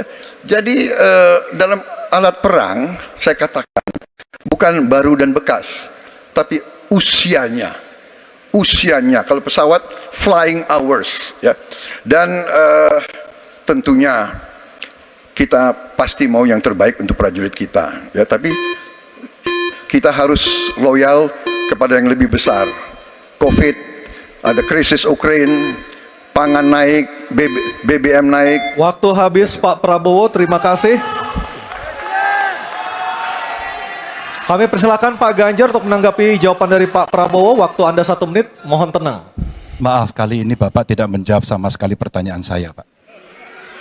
Saya pengen data yang Bapak katakan salah, data pertahanan Anda ini, Anda pertahanan saya, silahkan Anda bantah di sini. Bapak tidak mampu membantah dan Bapak menjelaskan pesawat bekas. Saya tidak pernah berbicara pesawat bekas dalam pertanyaan saya. Minimal saya bertanya, tadi kalau Bapak, maaf, mendengarkan terakhir, capaian MEF kita hanya 65,49% dari target 79%, dan ini mengkhawatirkan karena akhir tahun ini sudah harus selesai. Bapak juga tidak menjawab. Jadi artinya sebenarnya apa yang Bapak jawab dari seluruh pengelolaan pertahanan yang ada di Indonesia ini? Sungguh-sungguh saya meragukan itu karena data ini kemudian Bapak tidak mampu membantah di sini. Bahkan saya sudah memberikan ruang terbuka, kalau ada staf yang bisa membantu silakan berdiri di sini. Staf saya, oh Anda mau bilang angkanya silakan naik ke sini. Akan saya tunjukkan kalau Anda mau membantu. Terima kasih. Baik, terima kasih Pak Ganjar. Oke, tenang dulu. kami persilakan Pak Prabowo untuk tanggapan dari pernyataan Pak Ganjar. Waktu Bapak 1 menit, silakan. Iya, jadi begini, yang Bapak ungkapkan itu saya bisa bantah, waktunya tidak cukup. Saya siap berjumpa dengan Bapak. Mari kita bahas satu persatu, akan saya buktikan. Saya butuh hari ini, Pak. Nggak bisa. Saya tidak dikasih waktu. Jadi Anda tidak fair. Anda minta saya kasih penjelasan yang begitu rumit, tapi waktu saya terbatas. Jadi saya transparan, saudara. Dan yang saya katakan, kalau kita bicara MEF itu mulai dari berapa periode yang lalu. Ya, kalau kita mau buka-bukaan, Menteri Pertahanan sebelum saya, apakah tidak juga berpengaruh? Juga Menteri Keuangan yang banyak tidak menyetujui disbursement. Jadi mari kita diskusi dengan baik sebagai negarawan dan tidak mencari-cari hal-hal yang keliru. Waktu Terima kasih. habis Pak Prabowo, terima kasih. Kita berikan apresiasi untuk ketiga calon presiden kita. Baik hadirin dan pemirsa, kita akan jeda terlebih dahulu dan tentunya akan kembali dengan segmen para calon presiden ini akan menyampaikan pernyataan penutup dari debat ketiga calon presiden tahun 2024. Tetap bersama kami di debat ketiga calon presiden tahun Pemilu tahun 2024. Penutup. Dan kesempatan pertama kami berikan kepada calon presiden nomor urut 2 Bapak Prabowo Subianto menyampaikan pernyataan penutupnya dalam waktu 2 menit. Kami persilakan Pak Prabowo Subianto. Saudara-saudara sekalian, kita patut bersyukur bahwa dalam beberapa dasawarsa ini negara kita terhindar dari konflik bersenjata dengan negara asing. Ini berkat kepemimpinan dan kenegarawanan pemimpin-pemimpin kita. Untuk itu, saya ucapkan terima kasih dan saya mengajak kita semua mengucapkan terima kasih kepada semua pemimpin dan presiden kita terdahulu. Juga saya bertekad manakala saya menerima mandat dari rakyat untuk tetap menjalankan politik bebas aktif, non-blok, menghormati semua negara, menjadi tetangga baik bagi semua negara di kawasan kita, menjaga jarak yang tidak terlalu jauh tapi juga tidak terlalu dekat dengan semua kekuatan, menjalin kerjasama ekonomi. Saya juga ucapkan terima kasih dan mengajak semuanya mengucapkan terima kasih kepada seluruh prajurit TNI dan Polri dan ASN di seluruh Indonesia yang telah bekerja keras untuk menjaga kita sehingga kita seperti sekarang siap untuk tinggal landas, siap untuk bangkit menjadi negara maju. Kita perlu untuk mempertahankan sistem yang sudah baik. Saya akan teruskan TNI dan Polri tetap berada langsung di bawah kendali Presiden untuk mempercepat reaksi dan memperpendek rentang kendali dan rentang komando. Saya juga akan memperbaiki kesejahteraan dan kualitas hidup TNI, Polri, dan ASN secara signifikan. Saya mengajak semua bangsa bersatu, rukun, dengan kerukunan, dengan persatuan, kita akan jadi kuat. Waktu habis. Terima kasih. Bapak Prabowo Subianto, terima kasih. Baik, selanjutnya kami berikan kesempatan. Baik, oke, tenang dulu. Kami beri kesempatan untuk calon presiden nomor 3 Pak Ganjar Pranowo untuk menyampaikan pernyataan penutup. Waktu Bapak 2 menit, silakan. Terima kasih. Untuk mengakhiri ini tentu saja saya ingin membacakan kembali data, saya khawatir kita keliru. Kalau dari buku Himpunan RKAKL 2019-2004, anggaran Kementerian Pertahanan 2019 107,158. 2020 127,358, 2021 136,996 triliun. Ada peningkatan. Maksud saya agar kita tidak keliru pada soal data. Dan capaian IMF kita dari data lakibnya Kemenko Polhukam yang dipublish secara terbuka, karena kami tidak bisa mendapatkan data dari Kemenhan secara terbuka, maka minimum essential force kita memang kemungkinan akan berat untuk bisa terpenuhi. Maka Bapak Ibu, dalam konteks politik luar negeri kita, maka otonomi strategis menjadi begitu penting untuk meredefinisi dari politik kita yang bebas aktif. Duta besar cyber menjadi penting karena problem besar kita hari ini adalah pada dunia digital. Maka kita perlu duta besar ini untuk merespon perubahan-perubahan global yang ada. Duta besar krisis iklim kita perlukan, garda samudra sebagai strategi baru dari poros maritim dunia. 100% pesawat kita mesti siap tempur, alutsista kita mesti siap tempur, dan zero tolerance untuk kecelakaan pada alutsista kita. Kekuatan pertahanan Indonesia di angkatan cyber akan kita tingkatkan, dan anggaran pertahanan hingga 2% dari PDB. Keamanan mendorong pada profesionalisme kepolisian yang mau tidak mau harus kita lakukan. Badan Cyber Polri kita dorong sampai satuan baru di setiap Polda untuk TPPO, kekerasan terhadap perempuan dan anak. Tentu kesejahteraan prajurit dan keluarga menjadi begitu penting untuk mendapatkan perhatian. Dan beasiswa kuliah untuk anak prajurit dan bayangkara yang membutuhkan perlu kita lakukan. Indonesia Garda Samudra. We are Waktu Groot. habis Bapak Ganjar Pranowo. Oke, tenang dulu. Baik, kesempatan berikutnya kami berikan kepada calon presiden nomor 1 Bapak Anies Baswedan menyampaikan pernyataan penutupnya dalam waktu 2 menit. Silakan Pak Anies. Sebagai Presiden Republik Indonesia, maka prioritas pertama dan terutama adalah memastikan rasa aman pada tiap keluarga dan setiap jengkal tanah Indonesia. Dan itu artinya kita memastikan bahwa mereka yang diberi tugas untuk mengamankan dipikirkan kesejahteraannya. Memastikan bahwa kenaikan gaji tiap tahun, memastikan mereka punya rumah dinas, memastikan kesejahteraannya aman. Sehingga mereka bisa konsentrasi. Siapa itu? TNI, Polri, termasuk ASN di bidang pertahanan. Itu kunci nomor 1. Yang kedua, ketika kita berbicara tentang menjaga keamanan, maka kita juga berbicara tentang bagaimana pelibatan kita di dalam kancah internasional.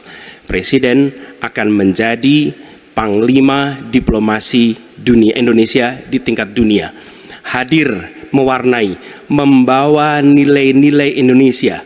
Dan seperti juga di debat ini, tidak banyak ruang diberikan untuk berbicara di forum global. 2 menit, 3 menit itulah waktunya. Tapi di situ seninya, bagaimana kompleks gagasan, kompleks ide disampaikan secara lugas. Dan ketika Indonesia menyampaikan posisinya tegas, maka kita tidak akan ragu. Kita memperjuangkan penghapusan penjajahan di muka dunia. Maka Indonesia tidak sungkan untuk mengatakan pada negara manapun, hentikan penjajahan di tanah Palestina. Dan usahakan itu lewat diplomasi ke seluruh tempat. Bukan cuma sekedar statement dari Menteri Luar Negeri, tapi serius menjajaki seluruh kekuatan. Kita menginginkan Indonesia kembali menjadi kekuatan yang disegani. Dan mulainya dari mana? Dari pemimpin yang menjunjung tinggi etika, pemimpin yang menjunjung tinggi ilmu pengetahuan, pemimpin yang terbuka atas gagasan mempertahankan Indonesia atas ancaman-ancaman baru. Dan itu artinya kita hadir di berbagai wilayah di dalam pertemuan-pertemuan global membawa aspirasi Indonesia. Kita kirim pesan, we will no longer absence. Indonesia will be presence and Indonesia will color the world. Indonesia absence no more, respected forever. Habis Pak Anies. Terima kasih Pak Prabowo, Pak Ganjar, dan Pak Anies sudah memberikan closing statement atau pernyataan penutupnya untuk malam hari ini. Dan kita berikan apresiasi kepada para calon presiden 2024 yang telah merampungkan seluruh rangkaian debat pada malam hari ini. Hadirin kami persilakan untuk tepuk tangan. Dan masih tersisa 2 debat lagi yang akan diselenggarakan oleh KPU. Dan kami mengingatkan Anda untuk menggunakan hak pilih Anda pada Rabu 14 Februari 2024. Dan semoga debat ketiga kali ini bisa menjadi bahan pertimbangan Anda untuk menentukan pilihan siapa pemimpin Indonesia ke depan pada 14 Februari 2024. Dan kita tutup acara kita malam hari ini. Saya Aryo Ardi. Saya Anisha Dasuki mengucapkan terima kasih atas kebersamaan Anda. Sampai Selamat jumpa. malam. Selamat malam. Bye.